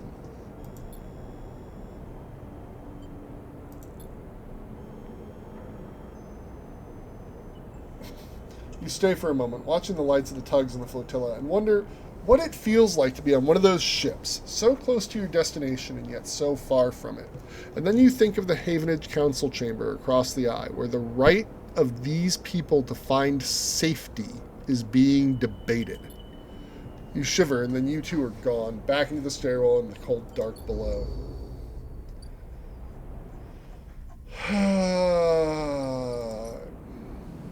Hey, who wants to have a talk about refugees?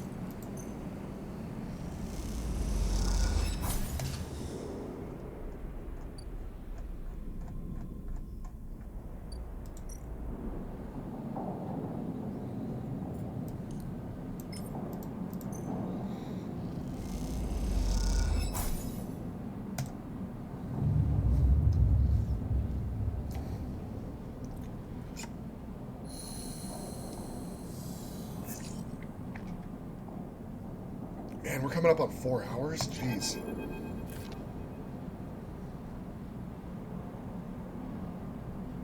Sleeper, Peak is waiting for you when you leave, but they look different, pale, drawn out.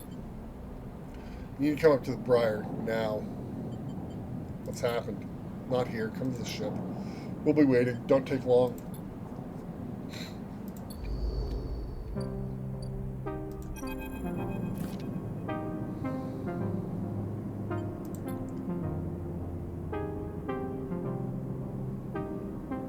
Helena's drone.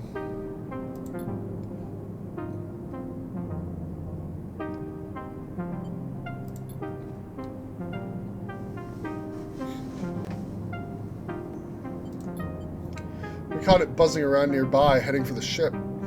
It's a Havenage spy. We think we got it before it sent data back, but we can't be sure. Have you noticed anyone watching you? Any drones like this? Anyone following you up to the Briar? I've seen this drone. I met its owner. Ash pauses for a while, Peak looking between the two of you. Explain, Sleeper.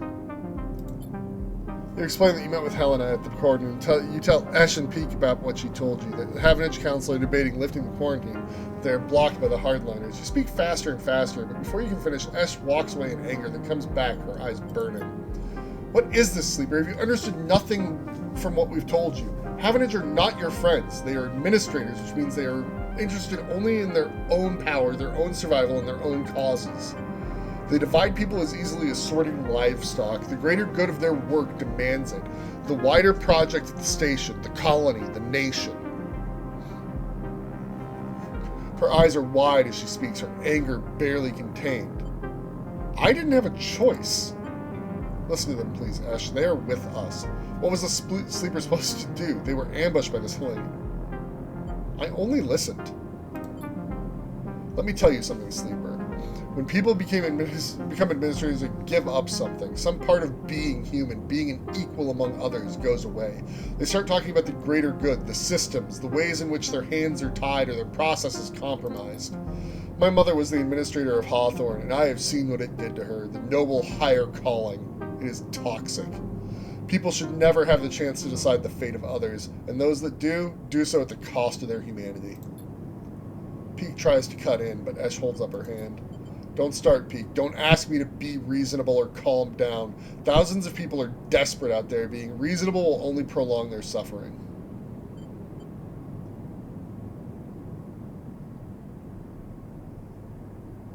You were right. She's right. Helena has already proven that she's not going to help.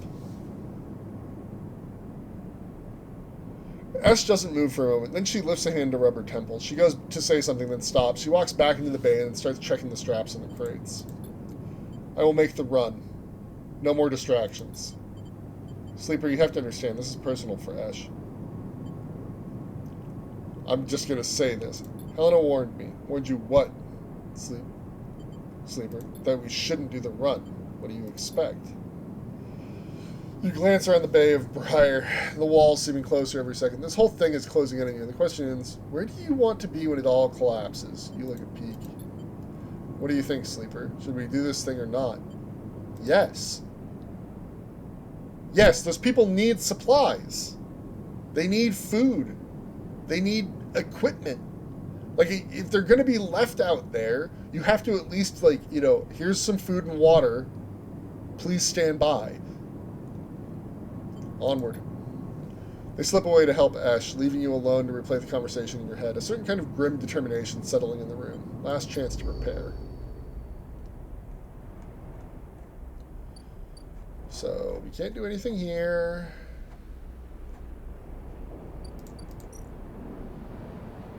Cross to the room.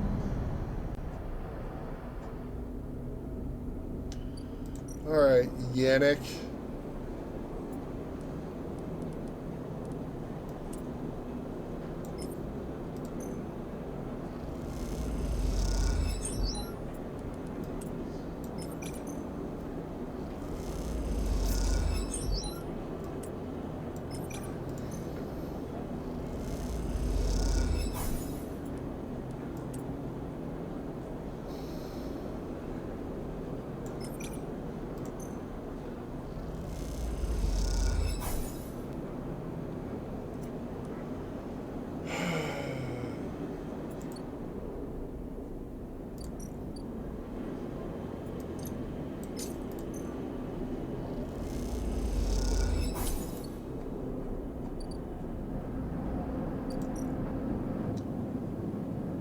Ship by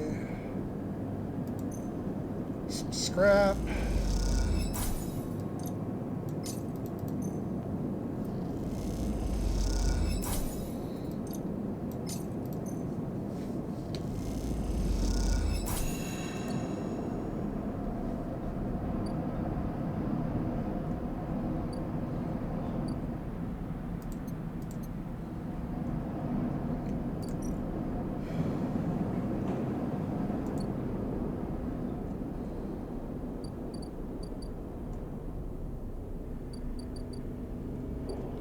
That I want to do that.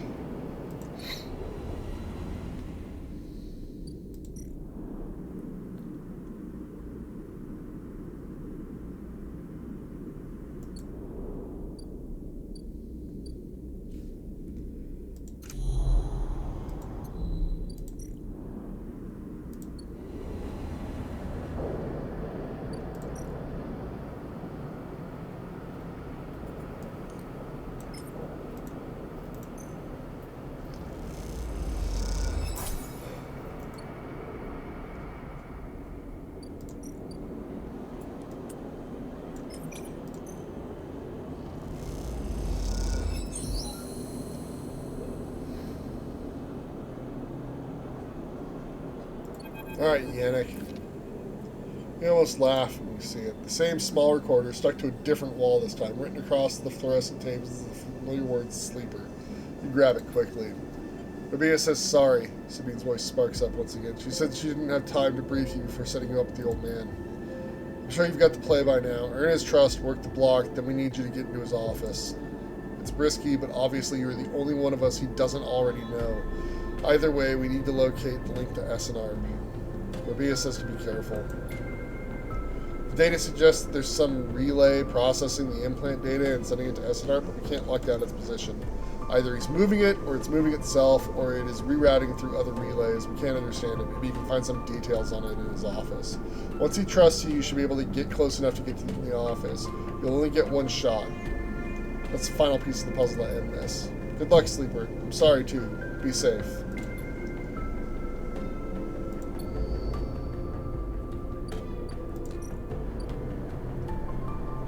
Oh, good. Find the relay. That'll be fun. Hey, let's feed the cat.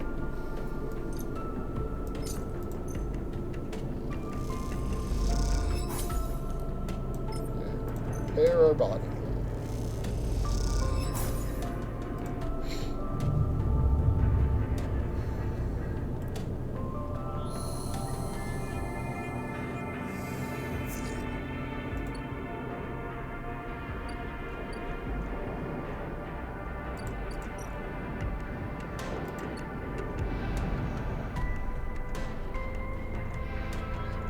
day. Flights in one more day. Okay. We're doing great.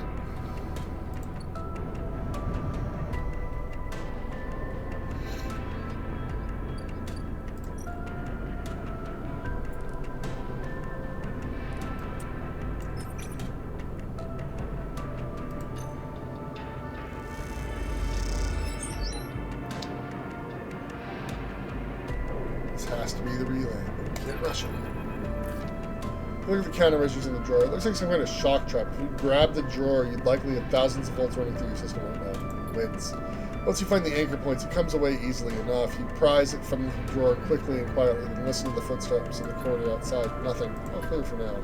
You slide the drawer open, looking for other countermeasures that might be inside, expecting to see a chunk of tech, the relay. But you slip it open and you see a handful of wires and an empty implant cradle. Is this some kind of mistake? You freeze up for a little, unsure what to do next. Why keep an implant cradle so carefully guarded? You remember Yannick having an implant, a small plate on the side of his head, just above his ear. You assumed it was for hearing or vision. Those shimmering glasses of his come back to you in your memory, his strange movements, his speech. You look again at the cradle, and there it is, pretty little frame. Proprietary technology, property of SNR. Rabia said the relay moved, that you couldn't get a fix on it. What if Yannick was the relay? Yannick, with a remote relay implanted in his head, networked to every single implanted enforcer in low end. The shutter runs through you. Is he even in control? Or has SNR wormed its way into the man? Can he even be considered separate from the corporation itself? You think of your own legal status as proprietary technology, a puppet with cut strings. Time to cut Yannick's strings, then.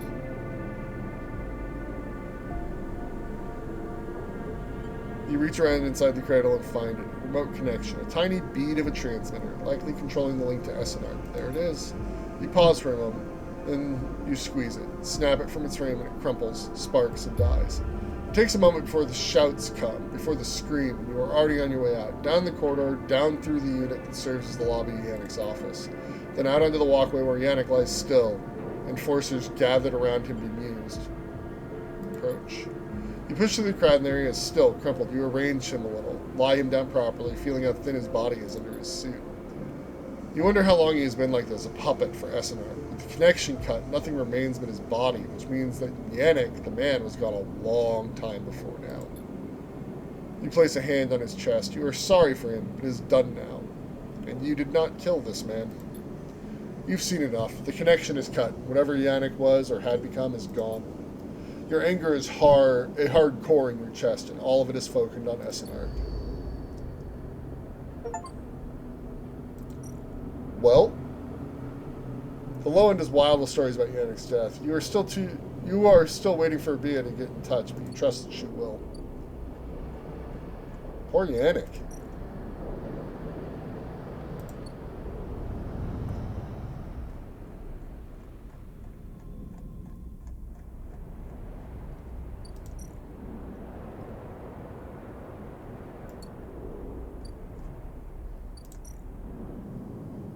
Done everything we can.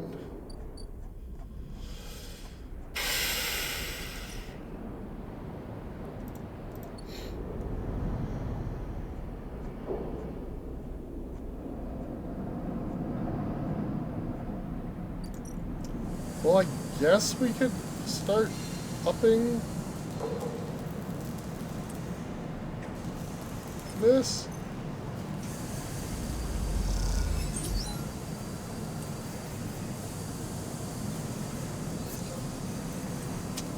Well, should have stuck with those threes.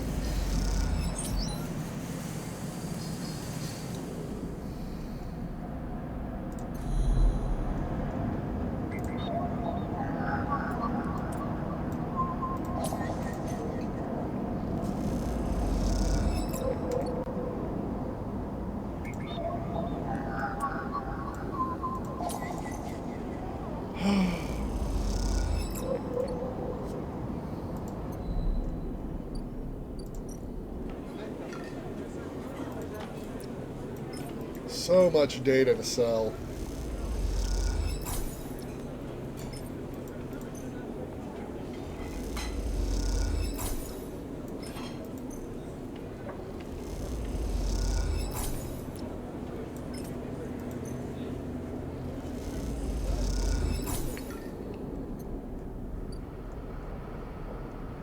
Well, let's go back up to the Briar.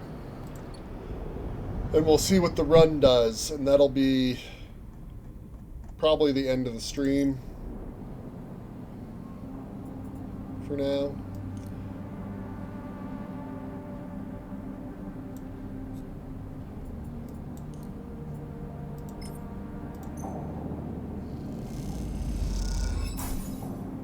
And cycle.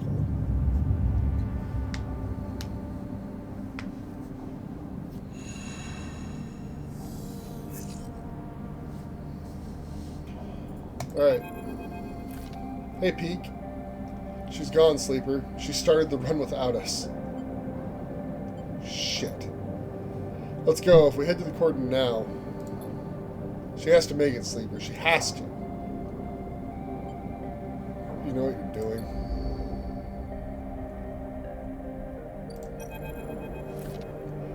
You arrive frantic and anxious at the cordon. Peak is nowhere to be seen. Then you hear footsteps hammering on the metal stairway. Helena's drone led you through before, though it leads you up to the observation deck. You leave up the stairs two at a time and make it to the top, momentarily blinded by the light pouring into the observation deck. Sleeper, Peak emerges from the light. I know she's just trying to protect me, but it's okay. She chose. What about my choice, Sleeper? I'm not a child anymore. I can fight for myself. They turn away. There she is. Peak rushes to the wide window, leaning forward to catch a glimpse of the Climbing Briar's blue XPR livery against the black of the void. You spot the Climbing Briar, glimpse of blue and white, and beside it, the red glare of a tug's lights. The tug crew went with her. I knew they'd keep their word. That'll help. Peak doesn't seem to hear you, but the idea of the crew backing Ash up makes you smile. Maybe this thing will work. You watch as the Briar and its tug escort arc down towards the edge of the cordon, demarcated by the red lights of the perimeter system. So far, so good. The Briar will just look like another refugee ship being escorted into the cordon, at least at a glance. Peak grips the rails as Ash reaches the edge of the cordon, that invisible net of sensors splayed between ships and drones, and something blind spot triggered. You think back to the mess of systems you had to wade through to set it up, the delicate contingencies you set up to trigger the sensor blackout at just the right moment. Without noise, without ceremony, the Briar slides to the cordon. You await the flickering of alarm lights, the swarming of drones, but nothing. Just another cycle, just another ship. Ash is in. Both you and Peak let out a breath you've been holding and laugh. How did you do it? Peak smiles, shaking their head. We did it. Peak smiles wider. Yes, we did. They laugh. You feel a little shaky from the tension, but Peak's ease helps you settle. You imagine Ash, steely-eyed in the pilot's seat of the Briar, searching for a place to dock. Maybe being stubborn has its advantages. What now? Now she finds a place to dock and unload as quietly as possible. And then she gets the hell out of there.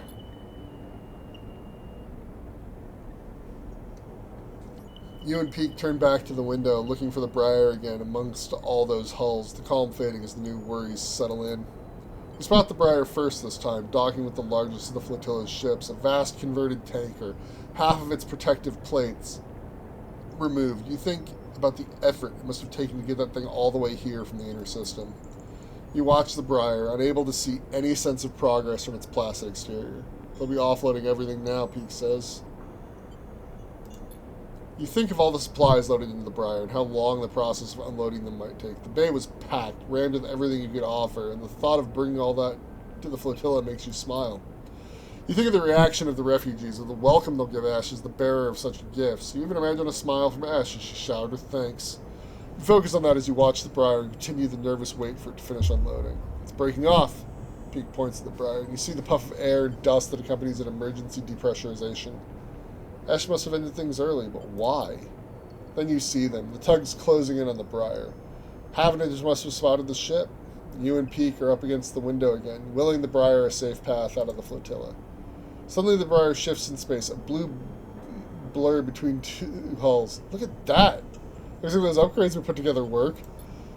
You watch as Ash cuts through the crowded flotilla, the tugs not daring to follow her dangerous path and peeling away. It is hard to keep track of the Briar, and suddenly both you and Peak are searching the black for a sign. Where is she gone?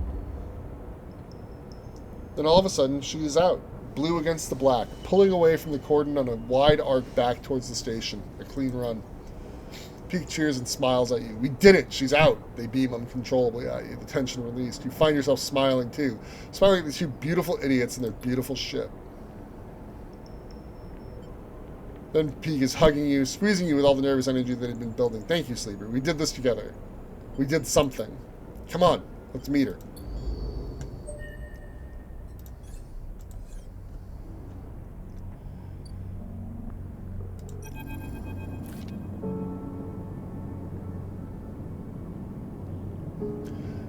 You and Peek rush into the Briar, finding yourselves in the now empty bay. The change is a reminder of what you achieved, and looking around you feel all the more satisfied. A hiss sounds at the far end of the bay, and Esh enters, looking exhausted.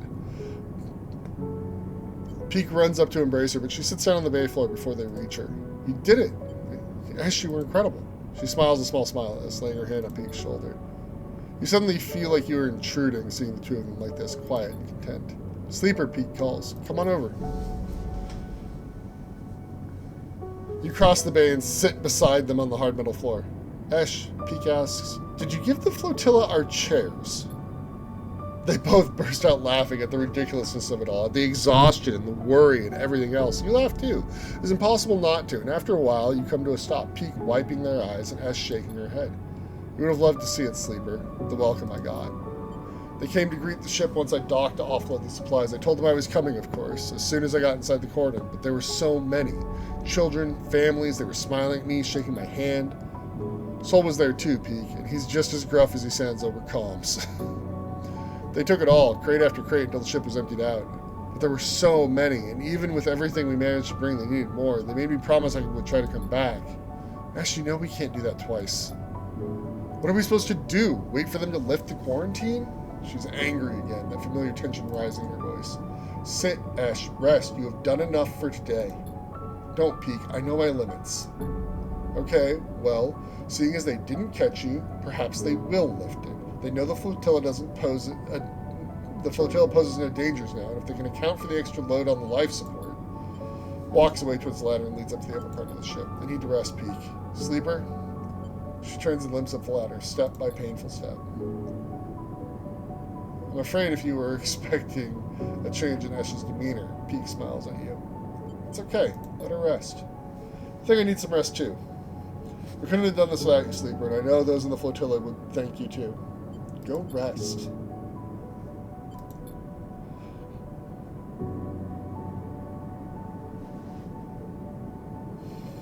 Your thoughts drift to all of those people on the flotilla, sleeping and sitting on metal floors like this. Children, families, playing in cargo bays and repurposed fuel tanks. You know their story isn't over yet. You look forward to meeting them. The quarantine will lift. You feel more sure of this fact every moment, even though you aren't sure why. You lie back on the metal and stare at the ceiling. What was it Fang told you, Erland said? The eye opens for us all. Maybe the old guy was right. A home for the lost.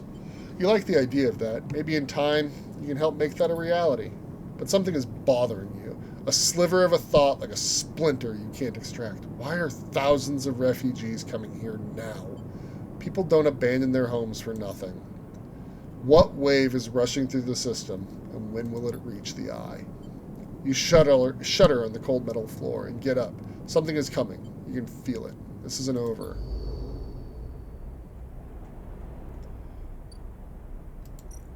Let's see. The first part of the flotilla story is complete. Begins when the cycle clock below is filled. So in 3 days, more stuff happens.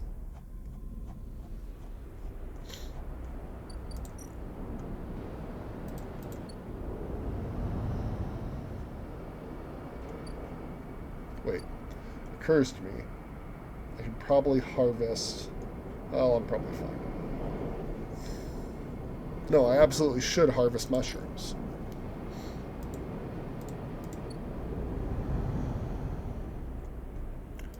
I have mushrooms to harvest, after all.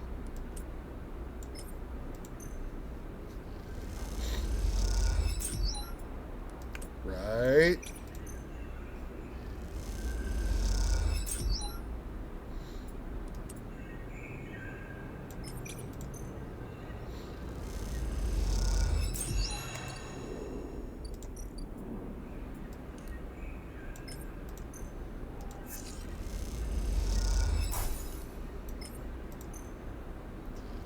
love when you reroll a 1 and do a 1. It feels so good.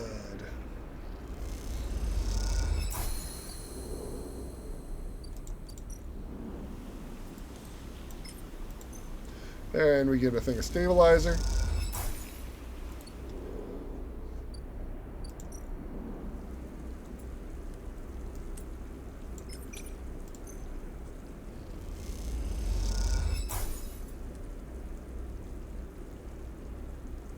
We only got 1 grove spores? Gross. Alright.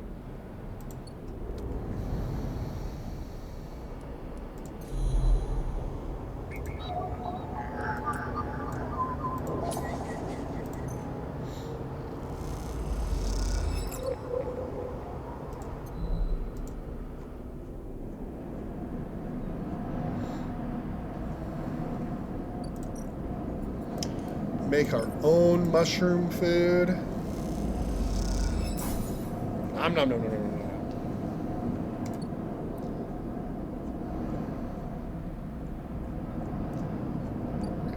Yeah, to get data to sell.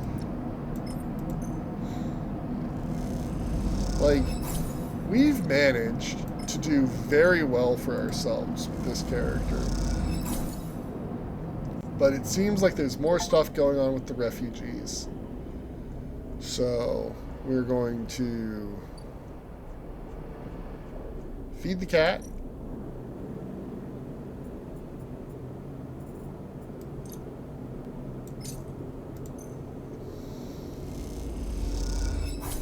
And end the cycle.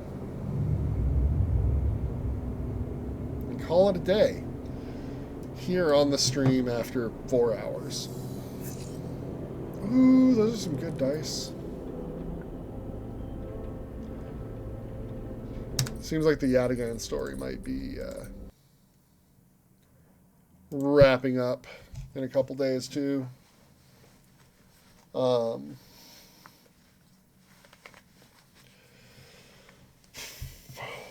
Maybe we'll go up to the hub and help defang Amber and send Ankita and Bliss on their way.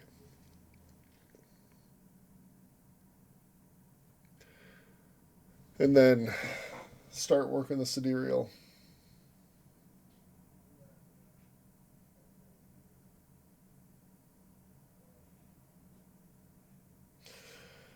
And then help Lem.